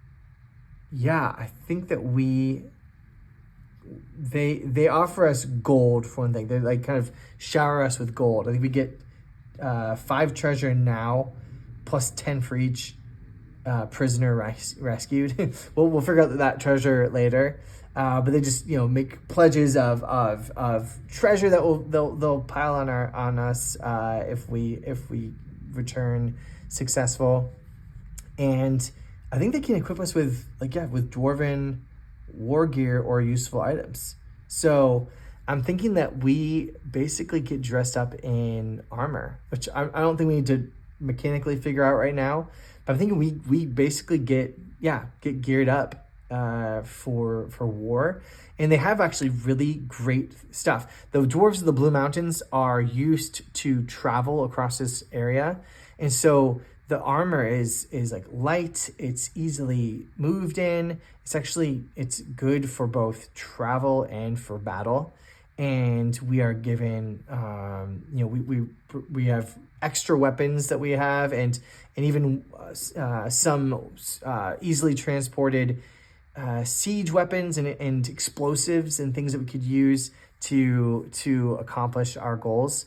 And we are geared up with all of this and ready to head off. All right, so on to one of the last parts here. So this is part 5, Rath Sereg. This is the last part before Homeward Bound. So how to approach this? I'm thinking that this journey can also be hand waved. You imagine the song, still seeing that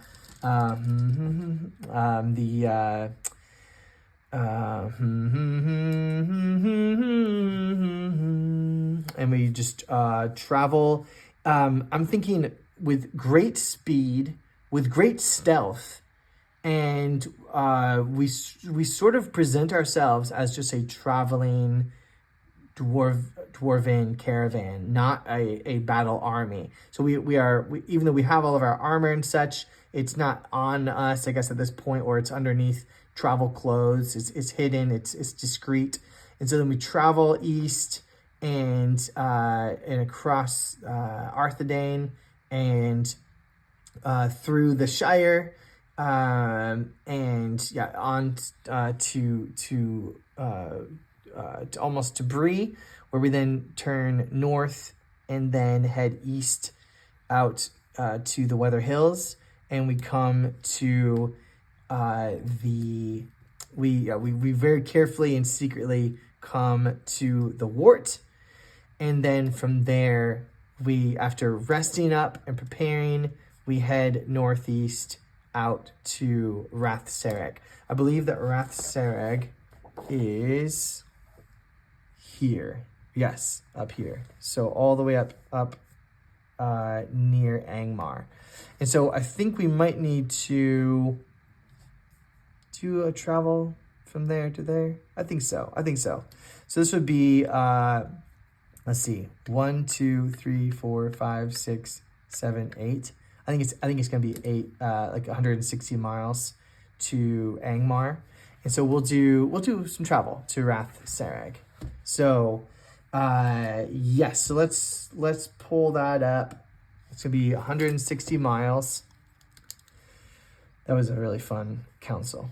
160 miles, and it's across basically open terrain here. And yeah, so open terrain, it will be neither favored nor ill-favored event rolls, and it will neither gain dice nor lose dice for the skill tests. And we'll say that we'll have had time to recover our fatigue leading up to this point. And so we have no fatigue from the previous journey. We took some rest and solace in the Wart of Morglynd, which is just looking spick and span, and there's just a lightness in the Vale that I think they might consider renaming it, because Morglynd sounds a lot darker than it needs to be. But yes, then we'll head this way. So Frerin is our guide. Frerin will roll a travel test. So we'll let him use his magical boots again for this one. he needs to get a 16. So pull away the 6, keep the 9. He had a great success. So we traveled 80 miles before the first event. So 80 miles already in the first part of our journey. 4 days across the plains of Rudar. And we are, it's not too difficult for us to continue to maintain the way we're traveling. We're trying to, make it seem like we are perhaps traveling. I don't know. We're perhaps trying to take a strange way across the Misty Mountains, or that we're just a sort of gypsy traveling group. Is sort of the way in which we're traveling, hoping to draw no attention to ourselves as we travel across the plains of Rudar, in case there are any enemies who are looking to see our progress. But they're not expecting too much of a resistance from the lazy, what they think of as like the lazy, overly contented dwarves of the Blue Mountains. So the first event, though, is going to be on the Hunter. 5 or 6 is Hunter. And it will be, let's roll to see what kind of journey event this will be. So I think we said it was, the next page. This is neither favored nor ill-favored. A 4 would be a mishap. So a hunting mishap. So let's use those lore tables and get an idea from there of what this might involve. What would lead to this? Let's pull up a feature. So it's 8-1, 8-1, smoke. Smoke. Yeah. So I'm thinking that as we are, I'm thinking that just as we are traveling, we come upon a there's just this like billowing clouds of smoke that begin to come across the sort of the plains, and I think it's just like a stirred up dust storm coming across this plain of Rudar, and it causes really a difficult way here, and so to track our way through this dust storm, Amlaith will have to succeed at a hunting check. So he rolls 3 dice. It's favored.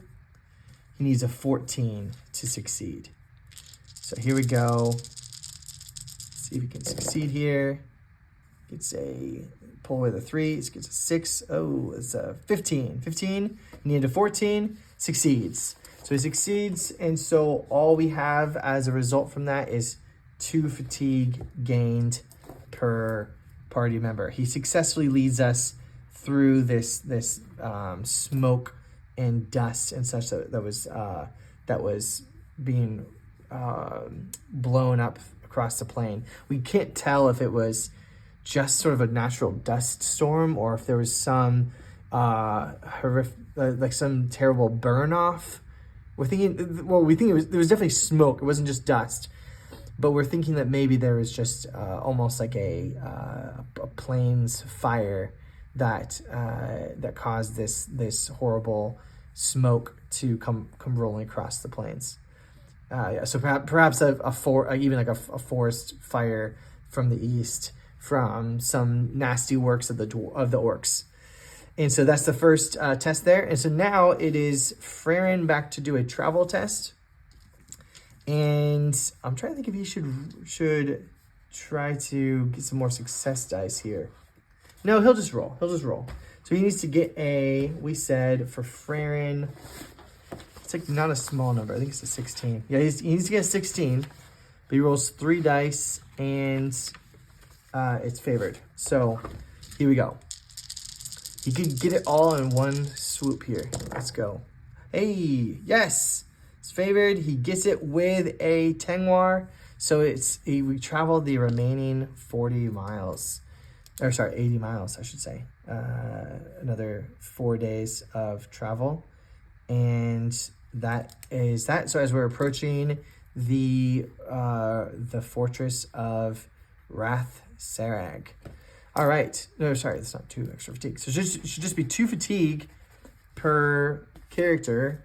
We'll do quick travel checks to see if they reduce that at all. So for Frerin, does he reduce it with his roll? He failed. So he did not reduce it at all. So he'll take 2. Reginard rolls like so. He needs a 15. He fails. Amlaith rolls this roll, needs a 13. Succeeds with the Gandalf rune, so he'll get 1 less. And Lôrwend is rolling, succeeds with the Gandalf rune, so she'll get 1 less. So here we go. So Lôrwend takes 1 fatigue. Amlaith takes 1 fatigue. Reginard takes 2. And Frerin takes 2. All right, so there we are as we approach Rath Sereg now. All right, so a little bit about Rath Sereg. The numbers of the orcs in the Misty Mountains are growing again. Mark my words. This is like one of the dwarves. I'm thinking maybe back in our council would have shared this with us. They're creeping down from the north once again, and soon they'll block all the passes into Wilderland. They're coming west too, down the Horwell and through the hills, making lairs in all the old ruins and barrows. I wouldn't sleep soundly if I were you. You never know when there'll be an orc at your door. And a little bit of extra lore that I think we would know about this place from the lore masters of the Blue Mountains. In fact, potentially hearing this from Villia herself. Of old, there was the realm of Angmar, where evil men dwelt. They raised watchtowers and fortresses on their borders, and from these forts they sent raiders to trouble the lands of the king.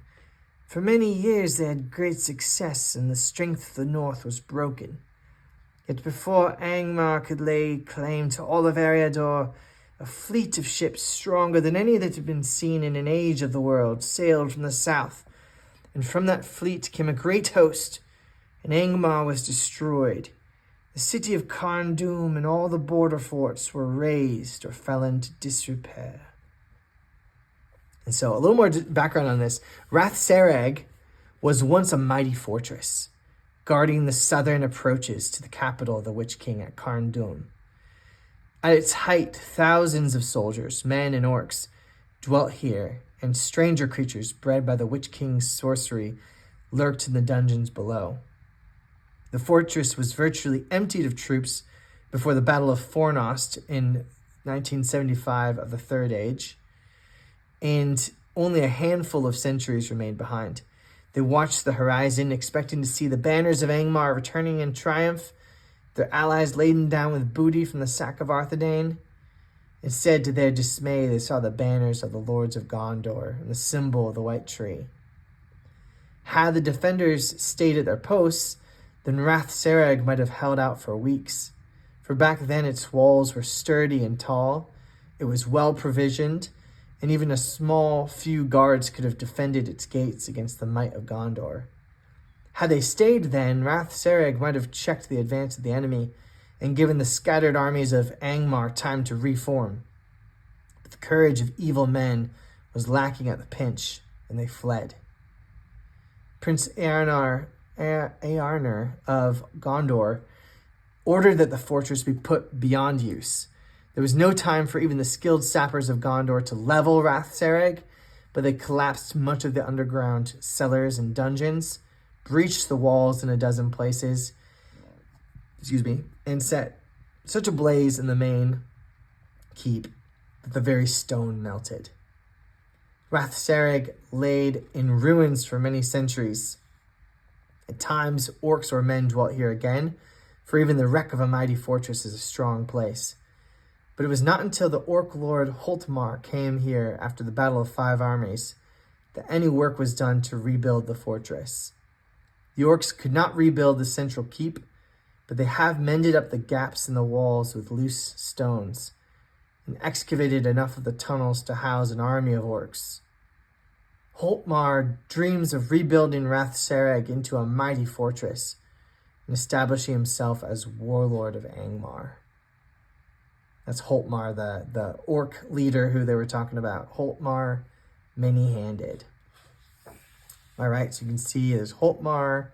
There's you can see a little bit of Rath Sereg here with the gate and the tower and its walls that are mostly repaired, but there's breaches in many places. And then underneath there's dungeons and lairs and caves. So to the schemes and troubles. So here there's a little bit of a decision of what we do. So I'm trying to decide if we really need to there's a whole section here on the siege of Rath Sereg, where we could have a whole skill endeavor to run a battle. And we're not necessarily doing a siege. So I think we're doing more of rescuing the prisoners, which is, as we approach, I'm thinking that we cleverly find and scale a hill nearby, a forested hill, and have a good look at what's going on in Rath Sereg.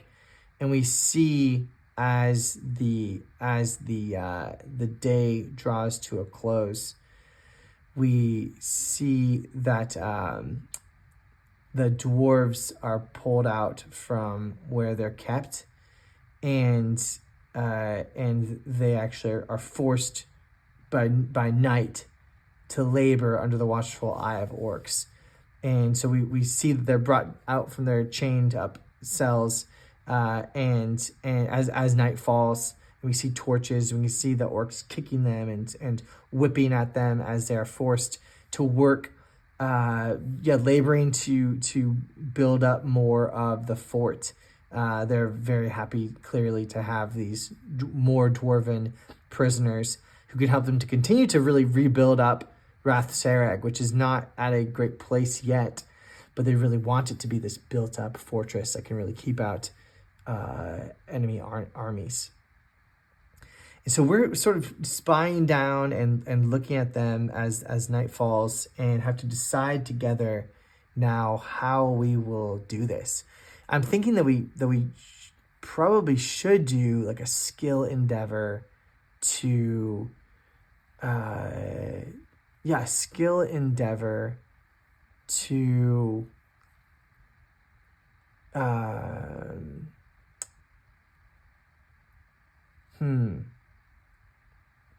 I think a skill endeavor to run the siege. But my question is if there's any way that we could maybe draw out some of the orcs. I wonder if there's some way that we could do that. And one idea I had was something like one of the dwarves having brought in their luggage like a violin, and us basically rolling up with our like traveling wagon and bringing it down as close as we dare to the fort, but far enough away that it's some ways away, but bringing it down and basically setting up a fire, playing music to draw them out, and then when that happens, as soon as possible, as late as possible, having Reginard stealth away into the night, and at the same time, then the rest of us basically break into the fort. So I'm thinking that's our plan. We make this plan, and we the dwarves bundle together of a secret that they have. They say we'll have some special surprise for them when if the orcs come out to play, and so we prepare this whole plan. And so what I'm thinking is that we set it up. We pull this cart, right? Our carts and such. We bring it down and we bring the horses to a safe place, and we set up we light a bunch of fires and make it look like a whole camp.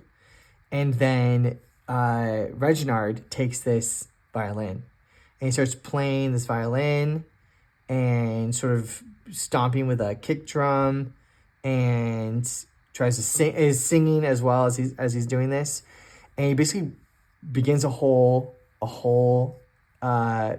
song just starts to carry across the cool night, the quiet night, and to the tower, to the walls of Rath Sereg. And the orcs start pointing and kind of yelling together and excited, thinking that some innocent caravan, helpless caravan, may have strayed close to their fortress, and there's easy pickings tonight. And we hear them hooting and hollering, and sure enough, after a little bit of time, there's I'm thinking probably 50 orcs that exit Rath Sereg, and pretty clearly, it feels like probably maybe up to 2/3 of Rath Sereg just emptied to go out and take this caravan.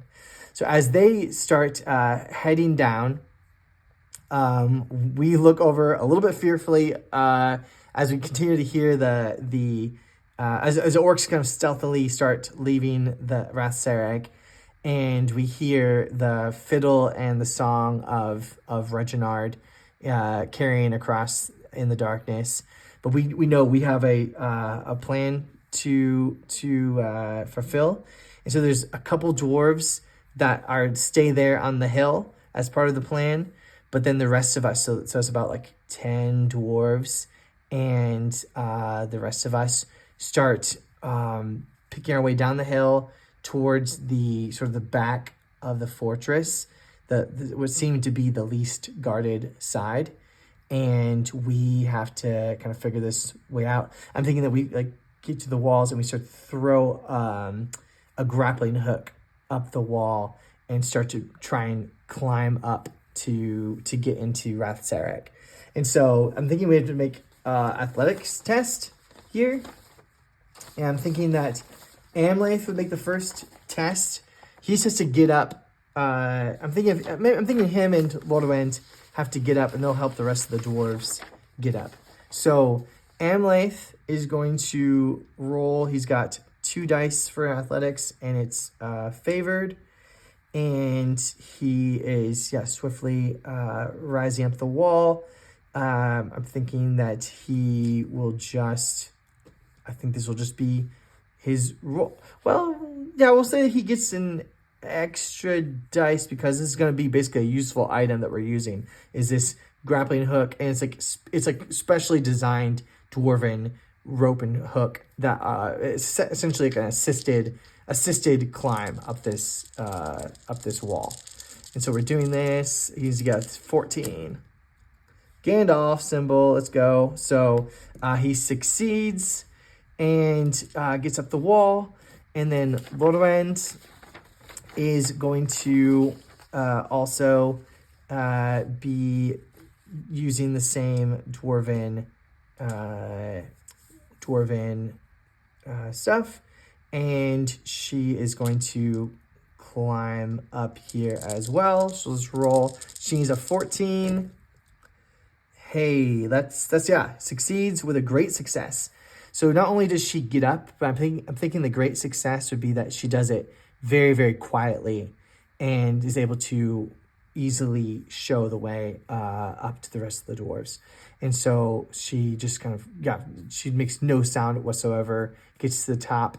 And so maybe if, Amlaith had maybe, his climb had maybe sent one small rock or something, or there's one or two scrapes that could have maybe have been heard that could have caused some orcs to, have the slightest suspicion. Well, then she just went up the wall and there was not a sound. And so then they start pulling the rest of the dwarves up. So that's what they did there. They got up with this athletics to scale the wall. I guess we're not doing a skill endeavor right now. We're just doing a series of checks, I guess. So they get up the wall, and then at this point, the orcs have almost arrived into the camp, and Reginard is aware enough to see them leaving Rath Sereg and sort of time his escape. He drops his music at the last second that he can and sprints off into the woods. I'm thinking that he does need to make a stealth check, because he really truly waits until the last second, until they basically could have seen him if he wasn't just so stealthy in his exit. So he needs to get a 15. He's rolling 4 dice and 2 feet dice. So let's see. Take the 10. It is a great success. And so not only does he succeed, but it truly was at the last second. So they really are brought up, and then just the music cuts, and then they come, and there was nothing that caused them to think that the caravan was aware of their presence, and so they come up quite boldly and in full force and without looking back, and they spring into the camp, expecting to find at least the music playing, and see just the fiddle sitting there, and they're just confused, and they look around, and some of them start to look into the forest to see if they see anyone where they could have gone, but many of the orcs start to just jump into the cart and are starting to pull apart the carts and starting to reach into the carts. And it's at this point that the 2 dwarves that were left on the hill draw their arrows, and they have fastened on the end of their arrows small explosives, and they pull back and fire. They had loaded the carts with explosives from the Blue Mountains, and the arrows strike the carts, and there's just a chain reaction. Boom, boom, boom, boom, huge explosions rocking the orcs and killing at least a dozen. I'm thinking potentially 24 orcs just killed outright. Many of them, hands blown off, legs blown off, blasted back and completely shook. This is quite massive explosion down there. And in Rath Sereg, the remaining orcs look out in just astonishment, and they're sort of laughing at first. They're just like, what happened? That's amazing to see this explosion down in the plain.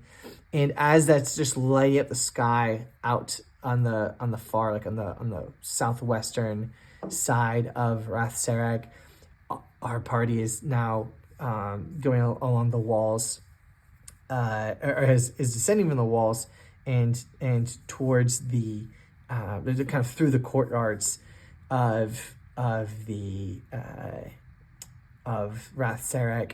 And as orcs start to, or looking up at the walls and looking out, we are just going through and just cutting down any orcs that we see. And so I'm thinking here not even having to make a roll yet, of just basically just brutally cutting down orcs as we come across them. And our team sort of quickly cuts through the courtyard and descends into the dungeons. And well, actually, no, maybe not even into the dungeons. I'm thinking we just, well, yeah, actually, no. There's the dwarves. The dwarves actually come and actually just start cutting down the few orcs that were watching the dwarven prisoners. They cut down the orcs there, and the speed and the clarity of their mission is just astonishing. They just cut down the orcs guarding the prisoners and smash the prisoners' chains and start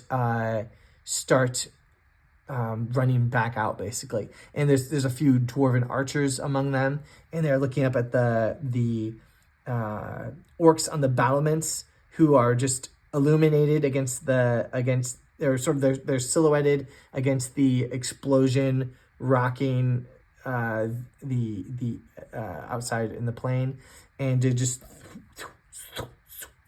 start taking out these orcs on the battlements as this is happening. And so absolutely just kind of taking apart this group. The orcs are in shambles. There's no clear leadership or anything. But Frerin and Amlaith and Lôrwend, they descend into the tunnels because they want to find Hultmar. And we begin descending into the tunnels quickly and sort of smashing the orcs as we find them, just smashing them against the wall, cutting them down. They're not at all ready for this attack, but we descend down into the caverns and begin to just quickly look room by room, trying to find their leader. And we sense, or we actually even grab. I'm thinking Frerin grabs one of the orcs there, I guess, and catches him by the shoulder with his axe and shoves him up into the wall, and then says "Where's your leader?" And the orcs just fearfully points down one of the hallways, and then Frerin just cuts him down. Sort of rips his axe across the orc's chest and cuts him down. And so we run down that hallway to where we believe Hultmar is to be found. And as we come down this hallway, is actually a very dark and sort of what's the word? It's protected from sound from the outside. It's a very it's almost like it's a very nice chamber because it's very quiet, and you wouldn't hear any of the other sounds of the rest of from above. It's just very creepy as we start walking down this hall, and it's dark. It's barely lit, and we actually finally come to this cave, and as we step into it, we see laying on the ground this orc, and he is surrounded by a string of hands. So what he does is, let's see, where is this mentioned? I think it was mentioned earlier. Let's see right here.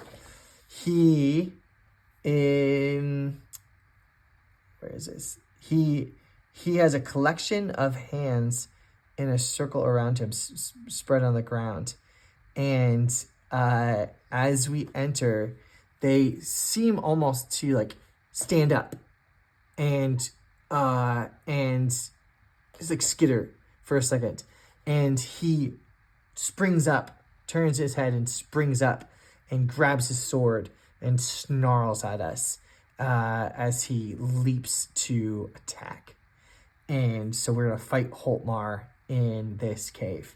So Hultmar, let's flip to the combat side of this map and run a short combat. It's just going to be us versus Hultmar, so it's going to be a little one-sided, but we will see how this goes. We'll see if he can do any damage to us. And so we've got Amlaith, we've got Lôrwend, we've got Frerin. If you remember, Reginard is now stealthily making his way through the forest. He's not being chased at all. The orcs are completely in disarray outside. And then we'll have Hultmar we'll just say this X will be Hultmar. And so as we step in, he leaps at us, and so then we will just fight. There's no space for opening volleys. We just will engage. So let's see. Let me just double check that none of his abilities give him anything. Let's see. He can do special attacks against dwarves. He can when he's targeted by an attack, he can spend a hate to make the attack ill-favored because his snake-like speed. If he scores a piercing blow with a close combat attack, he can spend a hate to make the target's protection roll ill-favored. That's really great. And he has these horrible hands, which, yeah, I think he's gonna right now spend one of his hate to trigger this ability. It's to make all player heroes in sight gain 2 shadow points of dread. Those who fail the shadow test are daunted and cannot spend hope for the rest of the fight. So I'm thinking he jumps up, leaps at us, and sort of with his hand goes like almost like this with his hand, and all the hands on the ground like start doing that thing as well, and sort of dancing around in the same way that he is doing that. And it's just a shocking, horrific sight. So the 3 of them have to make a shadow dread test for 2 shadow points. So Frerin is going to roll. Let's spend a fellowship point for each of these to try and make sure we succeed if possible. So we're going to spend a fellowship point with the Gandalf ability. It's Gandalf room. Let's go. So he succeeds. So he just takes 1 shadow. And he's not. And if you fail, you're daunted and can't use hope. Is that what it said? Yeah, I can't. That's like the worst thing. I mean, shadow obviously is not good, but Reginard, will set him to the side for a second. Lôrwend also going to use a fellowship point for sure. And yeah, I think she'll also spend a hope to get a extra dice here. And so here we go. Needs a 18. That's tough. Oh, so luckily this is favored. So it gets a 5. But oh no, so it's just a 16. So she failed. That stinks. So she takes 2 points of shadow. At least she's not miserable yet. But she's daunted. So I'll just put here that she's daunted, which means she cannot spend any more hope right now, which really stinks for the remainder of the fight. Yeah, just a fight. And finally, Amlaith is also going to have a favored roll, and he'll also spend a hope. And let's see, does he succeed? 8? Yeah, he succeeds. Great success. Does that mean, that helps him. Yeah, so he takes no shadow from that. And just so no shadow. Succeeded at it. He's not daunted. Boom. So Frerin and Amlaith are none too disturbed, but Lôrwend just hates this sight. It's so repulsive to her and so against the laws of nature that this would be happening. It's horrible. Okay. And so now we fight. So here we go. So he spent a hate to do that. So I should probably mark that because that will be a big thing. And hate is a big deal for baddies. So he's down to 6 out of 7 hate. And he has 56 endurance. That's crazy. and 2 might. So he gets to activate twice. So I'm thinking Lôrwend, it's pretty close quarters, but she can stand back still and fire. So she comes in with arrows drawn. She's in rearward position. I'm thinking Frerin and Amlaith will both go into... Frerin go into defensive position and Amlaith into open position. Let's try that. And they'll both engage Hultmar. And so, starting with Amlaith. Amlaith can use his royalty revealed ability, which is as a secondary action, he can make a rally right now. So he's doing it in Hearten test. And he calls out something like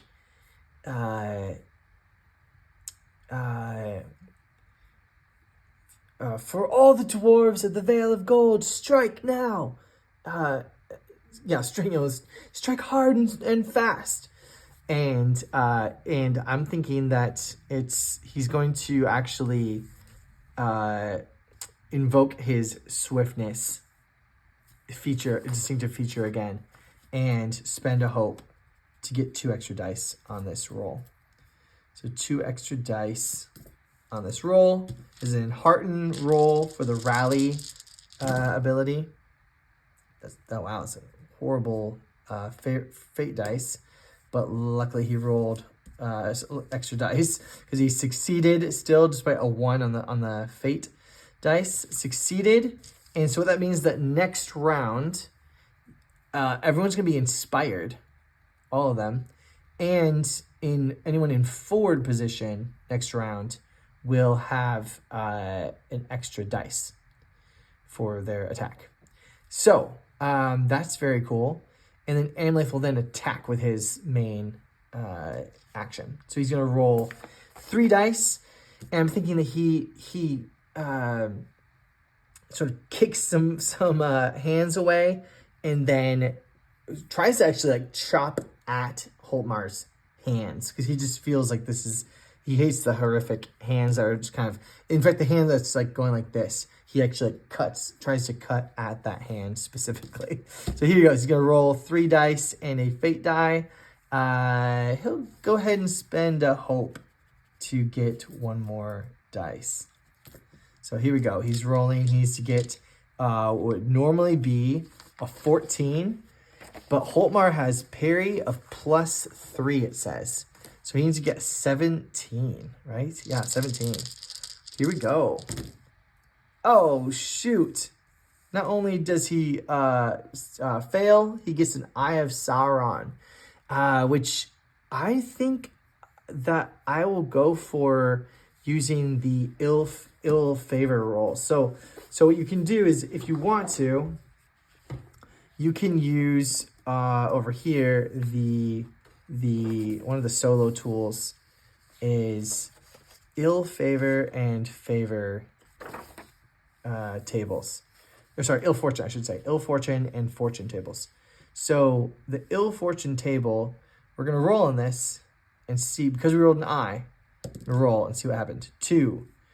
Your actions are observed by someone of ill intent. So I'm thinking that he swings, and Hultmar sees what he was trying to do and actually pulls his hand back, and then goes like this and skitters his hand up like this, and a couple of the cursed hands skitter up and actually crawl up Amlaith and start crawling up to his chest, and he has to brush them off. It's and it actually is just going to straight up cause him to gain a shadow that he just won't even be able to reduce or anything. He just straight up gains a shadow from that horrific event. So he misses. Frerin growls and swings his axe. So he's going to have 1 fewer dice. So normally he would have 4. He's going to reduce it by 1 because of he's in defensive position. And he is going to swing. Yeah, he'll just roll. He'll just swing his great axe at him. He's a 17 as well. Hey, we got it with a great success. Yes, and he got a 9. That's awesome. So what he can do is, yeah, I think he wants to do, well, let's see. So he has 4 armor. Shoot. So the question is here, is it better to do a heavy blow or to do a wound? So if you use this, he could turn this with pierce into a 10, which would mean that it's a piercing blow. So it'd be 8 damage plus a potential wound. But Hultmar has 4 armor, so he's rolling 4 dice. But his injury rating is 22. He's gonna make this into a 10. So he's gonna deal 8 damage to Hultmar. It's a close call on what's better, but yeah, he's gonna do 8 damage, so he's down to 48 endurance. So 48 endurance, and then he's going to turn this into a piercing blow. So the piercing blow, that means that Hultmar now needs to roll 4 dice and a fate die, and he's going to spend another hate to add another dice, and so he's down to 5 hate out of 7, and he needs to get a 22 out of this. So could totally work for him. He needs to get a 22 to avoid taking a wound. Here we go. Oh, I think we got it. Maybe so close. 10. That's 19. Let's go. So he takes a wound. So Frerin just with total rage just pulls his axe like way back, like he's gonna fell a tree, and he just brings it thudding into Hultmar's side, and this huge gash is ripped into Hultmar straight up. So he takes a wound. He's now wounded. Let's go. So he's a might 2 character. So if he gets he just needs 1 more wound to die. So he takes this huge blow to the side and just, and Lôrwend now aims and fires. So Lôrwend is going to be rolling 3 dice, and she can't spend hope because she's daunted, but she can make a scan roll first with her prepare shot. So because she has this deadly archery ability, she can do that as a secondary action. So she's gonna be rolling 4 dice. It's favored. She just needs to get a 13 on this to get extra skill dice into her attack. She will succeed. So she'll add 1 more skill dice to her attack. So this would be her roll for the attack, except for I think Hultmar has snake-like speed. So sensing his danger, he spends another point of hate to make this an ill-favored attack roll. With his snake-like speed, he tries to dodge Lôrwend's attack. So Lôrwend pulls back, aims, and fires at him. Oh my gosh, has to take the worst roll, which is a 1. So sad. 2, 7, 13. Does not get it because it's a 14 plus 3 because of the parry. So shoot. If he hadn't made that ill favorite, it would totally have succeeded, and it would totally have, she could have actually, I think bows are, I think bows are 3 with piercing. I'm almost certain. Are they 3 or 2? They're just 2, right? I'm forgetting. I'd have to look that up. But yeah, I think she would have potentially gotten a wounding attack on him, and she would have actually. But she misses because of his snake-like speed.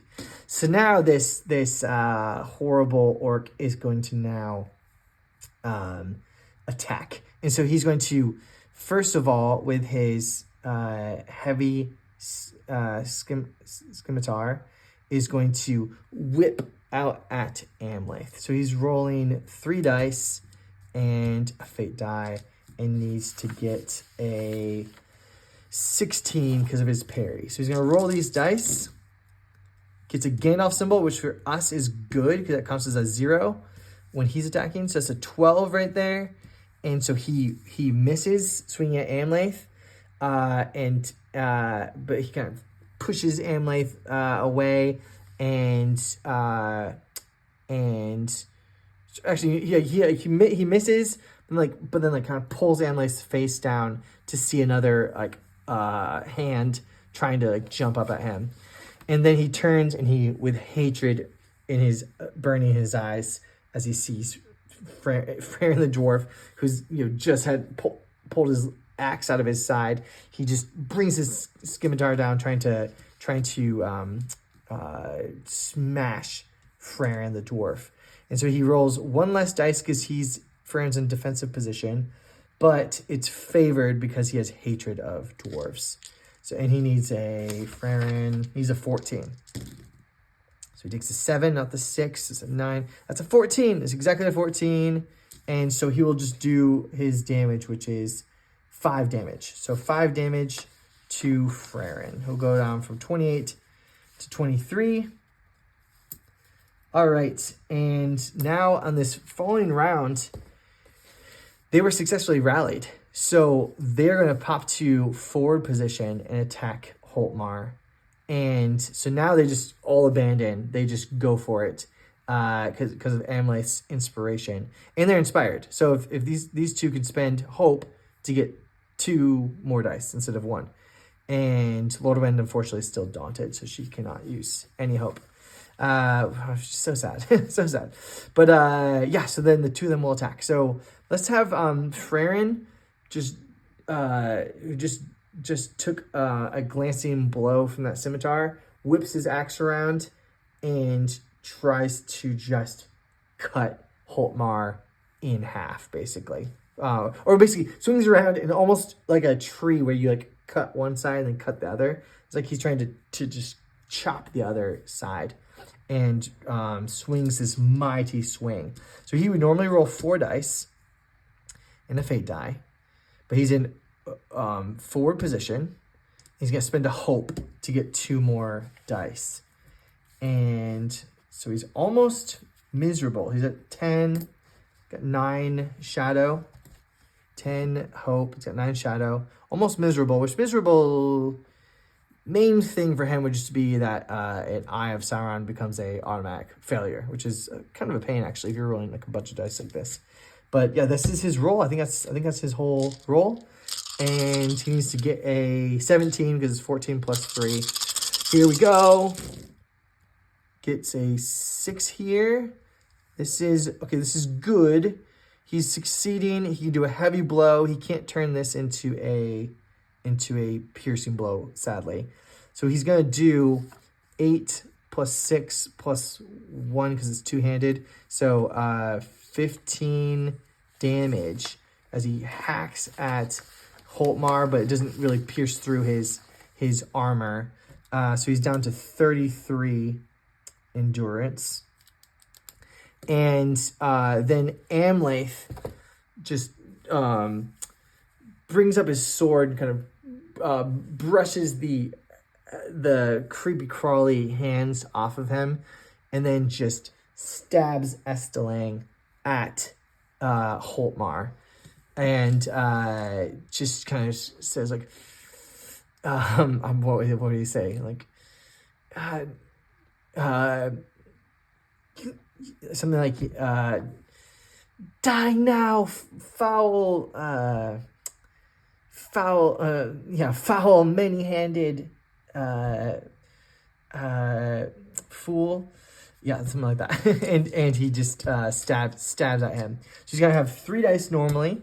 He would have 1 more dice because of being in forward position. He's totally going to spend a hope to get 2 more dice. But Hultmar in his with great fear spends one more hate. It's more fear than it is hate to make this an ill-favored roll. And Amlaith needs a 17. So hope against hope. He tries to pull his stomach back and dodge this stabbing attack. Oh my gosh. Turns that into another Eye of Sauron roll.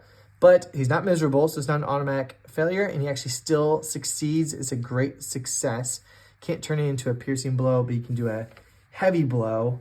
And so it will be 6 plus 6 plus 1 because it's two-handed. So it's 13 more damage. So he's down to just 20. So we could knock him out just on endurance, honestly, apart from the wounded. But this Eye of Sauron, we will not roll on the fortune table for that one. We're just gonna do it for the one for now, because Amlaith already rolled on that anyways. So now Lôrwend, who is gonna be rolling 3 dice. Well, sorry, she's gonna do another scan roll. So she draws another arrow and focuses in on Hultmar, despite the creepy crawling hands crawling towards her. She will succeed and get just 1 extra die. And so then she's normally rolling 3. She gets the extra 1. She can't spend a hope. Shoot, that's right. So she will roll this, and she's pulled back and fires. Needs a 17, I believe. Yeah, 17. Another Eye of Sauron. That's so sad. 14. So, Eye of Sauron, let's roll for her on the ill fortune table. So the ill fortune table is going to be a 6, which is a favored weapon or item is lost, broken, or sacrificed. A favored weapon or item. I'm thinking that, yeah, she shoots this arrow. But as it happens, as she goes to shoot, one of the hands, or like several of the hands, actually leap up onto her bow, and like rip the string of it as she goes to fire, and actually like misfires, and she's like, ugh, she barely doesn't actually shoot one of her friends. The arrow hits the floor and ricochets off the floor, and her bow is broken. So her bow is broken by this from this. Terrible. So her bow is broken, and here we go. Hultmar now can attack. Hultmar, in fury at Frerin, just starts just bashing swinging wildly at Frerin.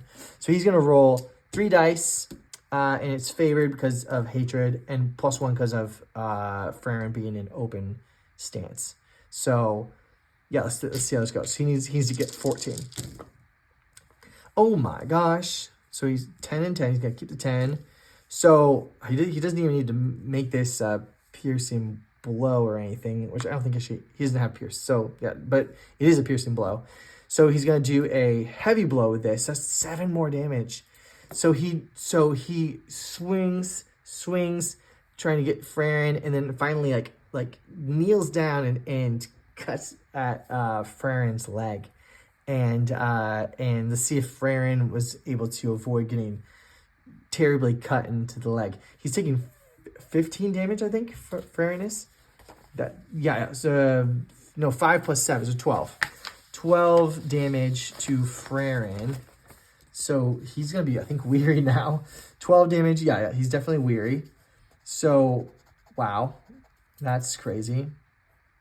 12 damage, and now Frerin has to make a protection roll. And I think that Hultmar, with his, doesn't he have a, let's see, to make target's protection, horrible strength. So he cuts to this horrible strength, He's going to spend another hate to... He only has really... He's down to 2, so he really only has 1 to spend. Because he doesn't want to be... I think you get weary, I think, if you have no hate left. And so he's going to spend 1 to make his roll ill-favored. So Frerin's roll is going to be this. And it's going to be... what the heck? It has to take the worst of these 2. So Eye of Sauron. So he gets a 10, 11.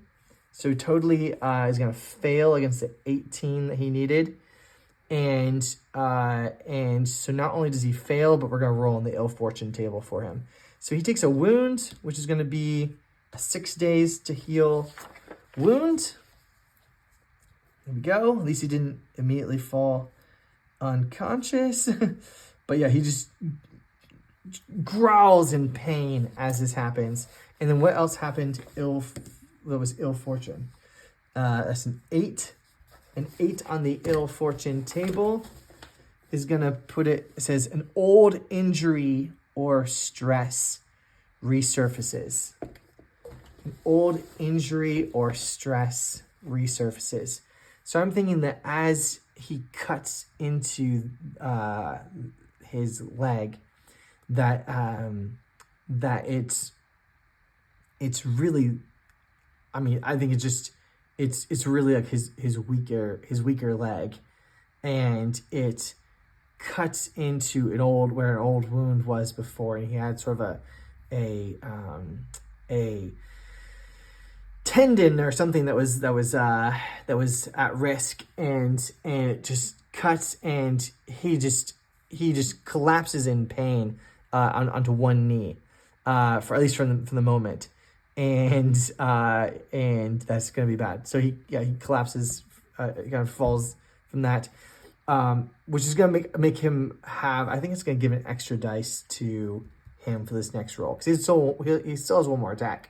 So he takes the scimitar and then tries to basically decapitate Frerin right there. So he has a dice. He has normally 3 dice. He has +1 more because of this, because he's basically brought Frerin down.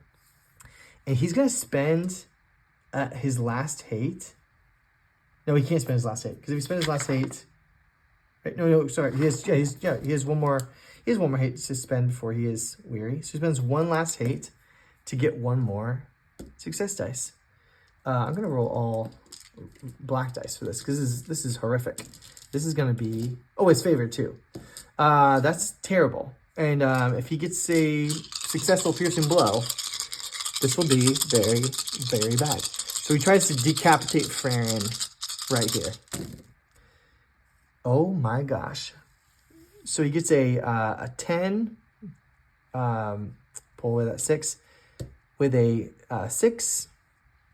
Oh my gosh. So he definitely succeeds in hitting, and he can do a heavy blow if he wants to. Does he want to do a heavy blow?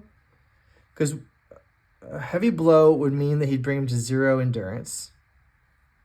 But my question is he still allowed to do the piercing blow if he's down to 0 endurance? I'm gonna allow it to do both. I'm just gonna grim rule it for myself here. Piercing blow. So he's gonna bring Frerin to 0 endurance from this strike, but also he's doing a piercing blow. So if Frerin fails this roll, Frerin will die, I think. So I think Hultmar is going to spend his last hope. So he's now going to be technically weary, I think. He's going to spend his last hope to make this ill-favored. So it's ill-favored. Frerin would roll 4 dice. Frerin is going to spend a hope, which will then mean that he's miserable, I believe. Wow. Doesn't matter, because he's also knocked out, which is horrible. And they give him 2 more dice. So this is basically for Frerin to survive. He's got an ill-favored roll here. He needs to get an 18. Otherwise, I think Frerin's just dead. I'm pretty sure that that's how that works. Right? I can look it up. No, maybe you're dying if he fails the healing roll. Well, he might be dead. We'll see. Here we go. Let's roll. He's at 18. So 2 and 3 he takes a 2. Oh my gosh, this is a great roll. This is wait, hang on, no, because he's weary. He's weary, right? Yeah, he is weary. So the 3 is gone. 10, 20. Yes, succeeded with it's a great success. Succeeded. Did not take a wound there. He just is brought down. So the scimitar catches him in the turns just in time to where it hits him in the neck, like right below his like actual neck. Like hits him more in like the shoulder and just totally brings him to ground, and he is knocked unconscious, but he's not dying. So holy cannoli, that was crazy. Okay. Back to the next round. Amlaith is going to stay in forward position, and Lôrwend is going to stay, cannot stay in rearward, and she doesn't even have a bow. So she is going to come into open position as well and attack. So here we are. Lôrwend is going to attack. I mean, all she has for hand to hand is she has a short sword, and she uses swords for that. So she'll roll 1 dice normally. She'll roll another dice. She rolls this. And so she needs to get a 17 here. 17. She can't spend hope or anything. That's all she has. 17. Hey, oh my gosh. Gandalf symbol with also a Tengwar. This is awesome. So she comes in. She's daunted still, but she sees Frerin fall. And she comes in and draws her short sword. I'm thinking that she just sweeps away a hand, sweeps away another hand, comes in and stabs at Hultmar.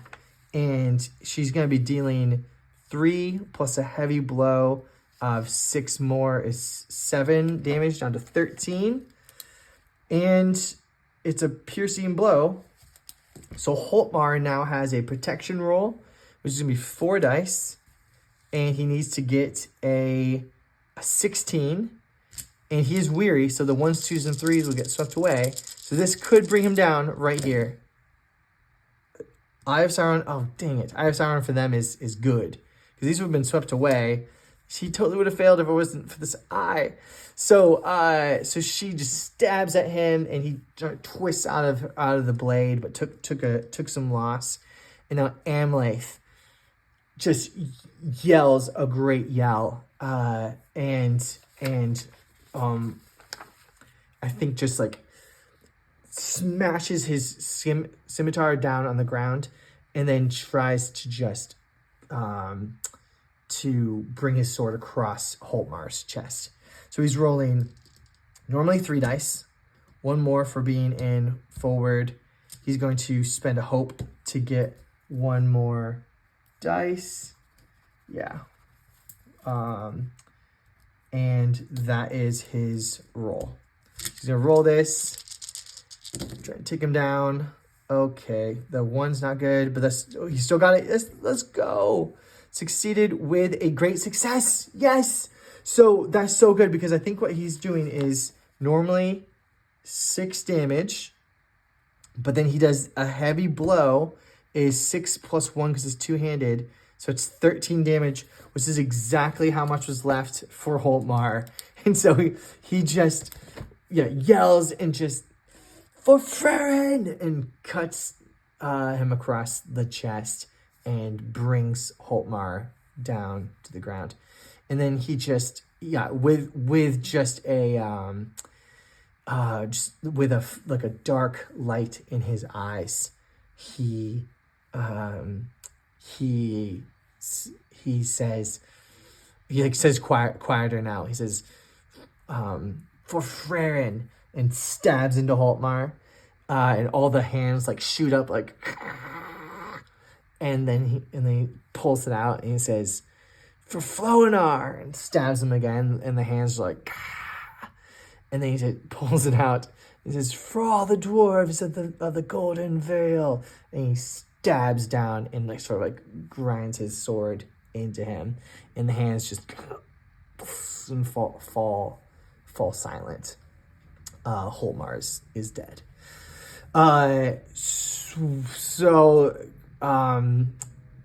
Lôrwend, Amlaith turns then and jumps to Frerin's aid and has to do a healing check. So I'm pretty sure if he just does a healing check right now, we can get him back on his feet enough to start moving. And so healing here is going to be 2 dice. He's got a fate dice. He's going to use the knucklebone of King Argaleb to add 2 more dice. And he is just going to make this healing roll. And he needs a 13. Gets Gandalf. Let's go. So with a Gandalf, that means that he will just make the wound take 1 last day to heal. So it's 5 days instead of 6. And he is brought back to 1 endurance, I believe, is what happens there. And so he is brought up on his feet, and basically Amlaith like takes him and is heavily helping him. Like Frerin's got his arm around him, and Amlaith has his arm under him, and Lôrwend quickly like pulls her string and is trying to refix her bow. I think she needs to make a craft check here, so she's no longer daunted because of that fight's over. She's gonna make a craft check to just fix her bow, and I'm gonna say it's like a very easy check, so she'll just get 1 extra. No, she has a crafting kit, so she'll use the crafting kit. She needs to get a 14. Yay, she got it. And so she quickly fixes her bow, kicks one of the hands away, and then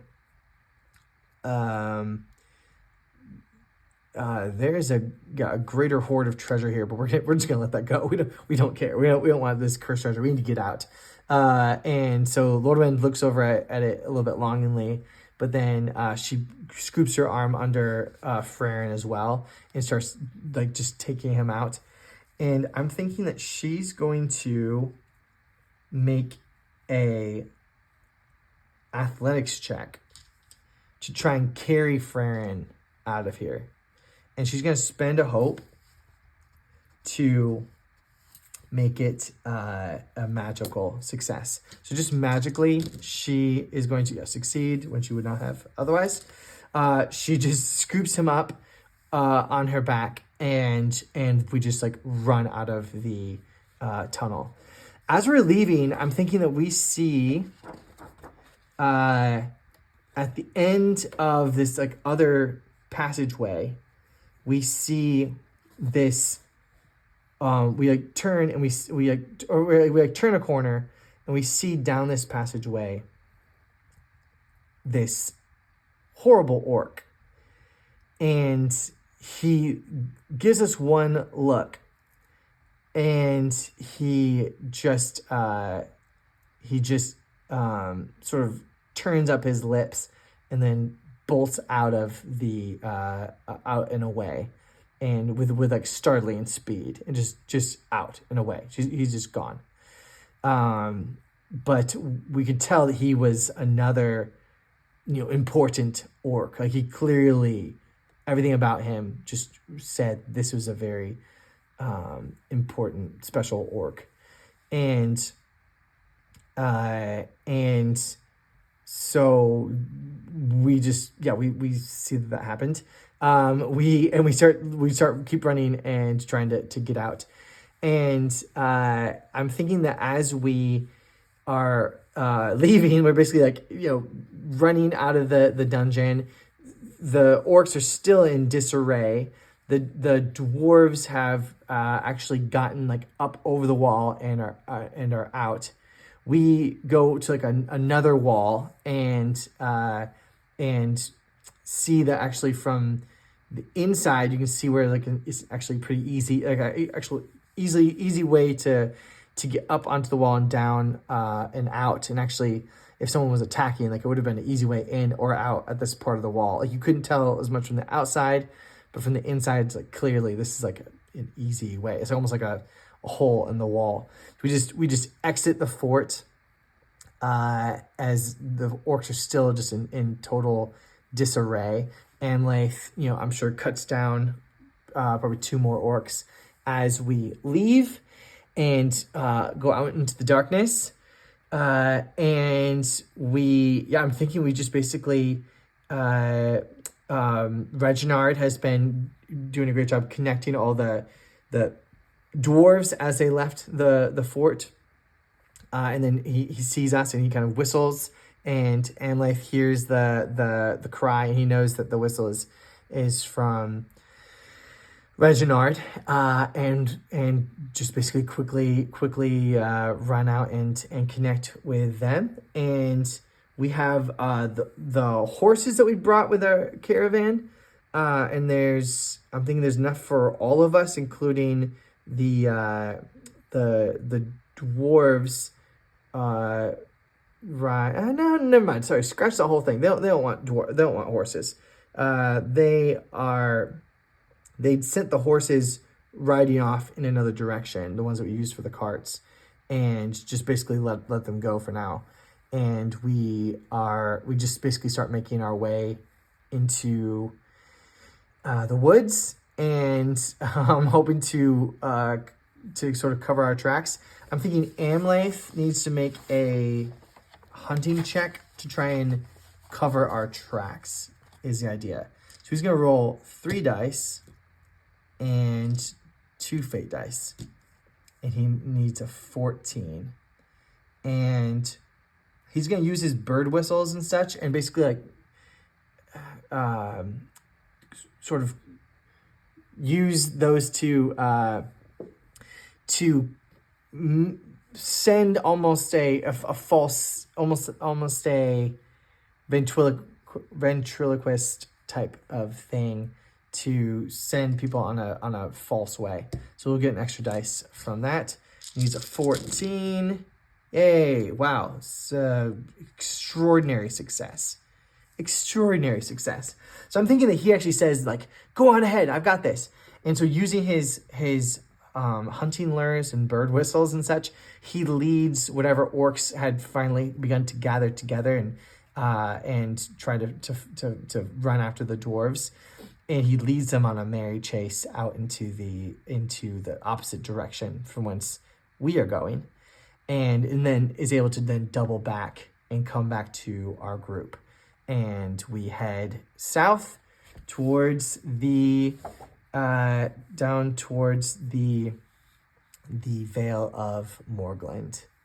And so, I'm thinking we just successfully get back to the Vale of Morglynd, and we have a warm welcome there in the hills. And once we've reached the hills, like, we are safe, and they didn't expect us to have a stronghold, a safe haven there. And so I'm sure the orcs are scouring the plains and going out west, trying to find out where we could have gone.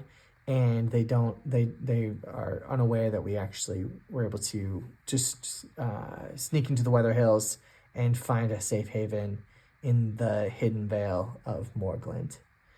And I think that's basically the end of that chapter. I'm thinking that we then eventually make our way back to the Blue Mountains, help the dwarves return. And I'm thinking that in the fight that I'm thinking that no dwarves actually died in that fight. Like, it ended up being a resounding success of a mission. And the dwarves of the Blue Mountains are just astonished at our extraordinary success. And we've brought back these dwarves that were in bondage.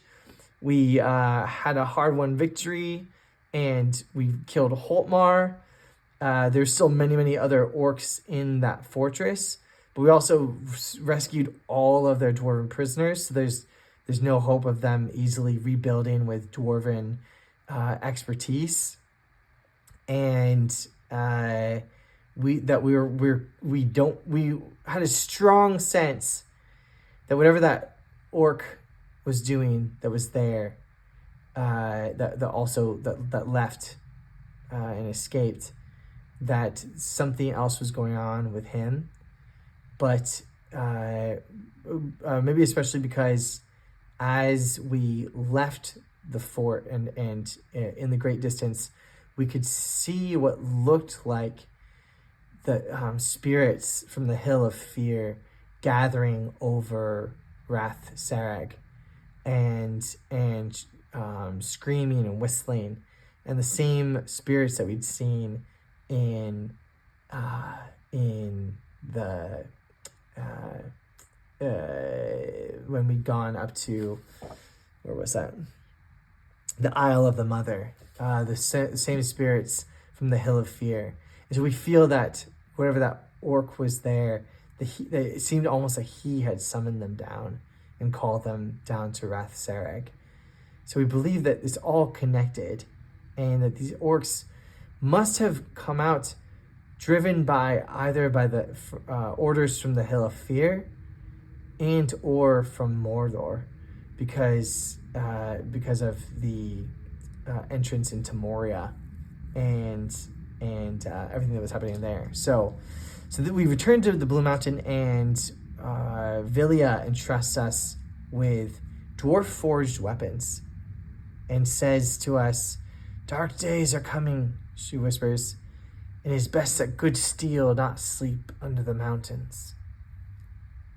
And so I'm not sure what that looks like. It just says dwarf weapons. I don't know if that means that we get special weapons, but maybe next session or between sessions, I might look at the famous weapons and see if that makes sense for us to have a special, and if you're using a dwarf weapon, have some sort of extra ability, extra enchanted ability, and maybe replace some of what we have.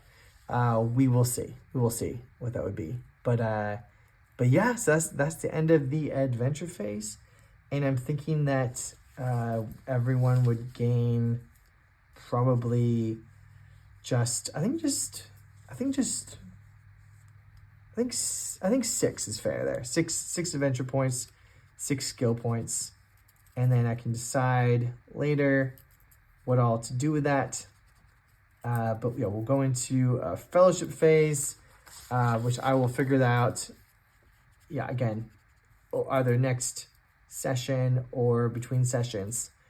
But yeah, that was the totality of that chapter, the wonder of the northern world, and that was really fun. So thanks for being here and watching that, and hope that you had fun. It was really fun to get back into the saddle with this. It'd been a bit, and so I apologize if it was a little bit rusty at points, but I had a lot of fun. So, and that's what matters. Hope you did too if you watched this, and have a great night.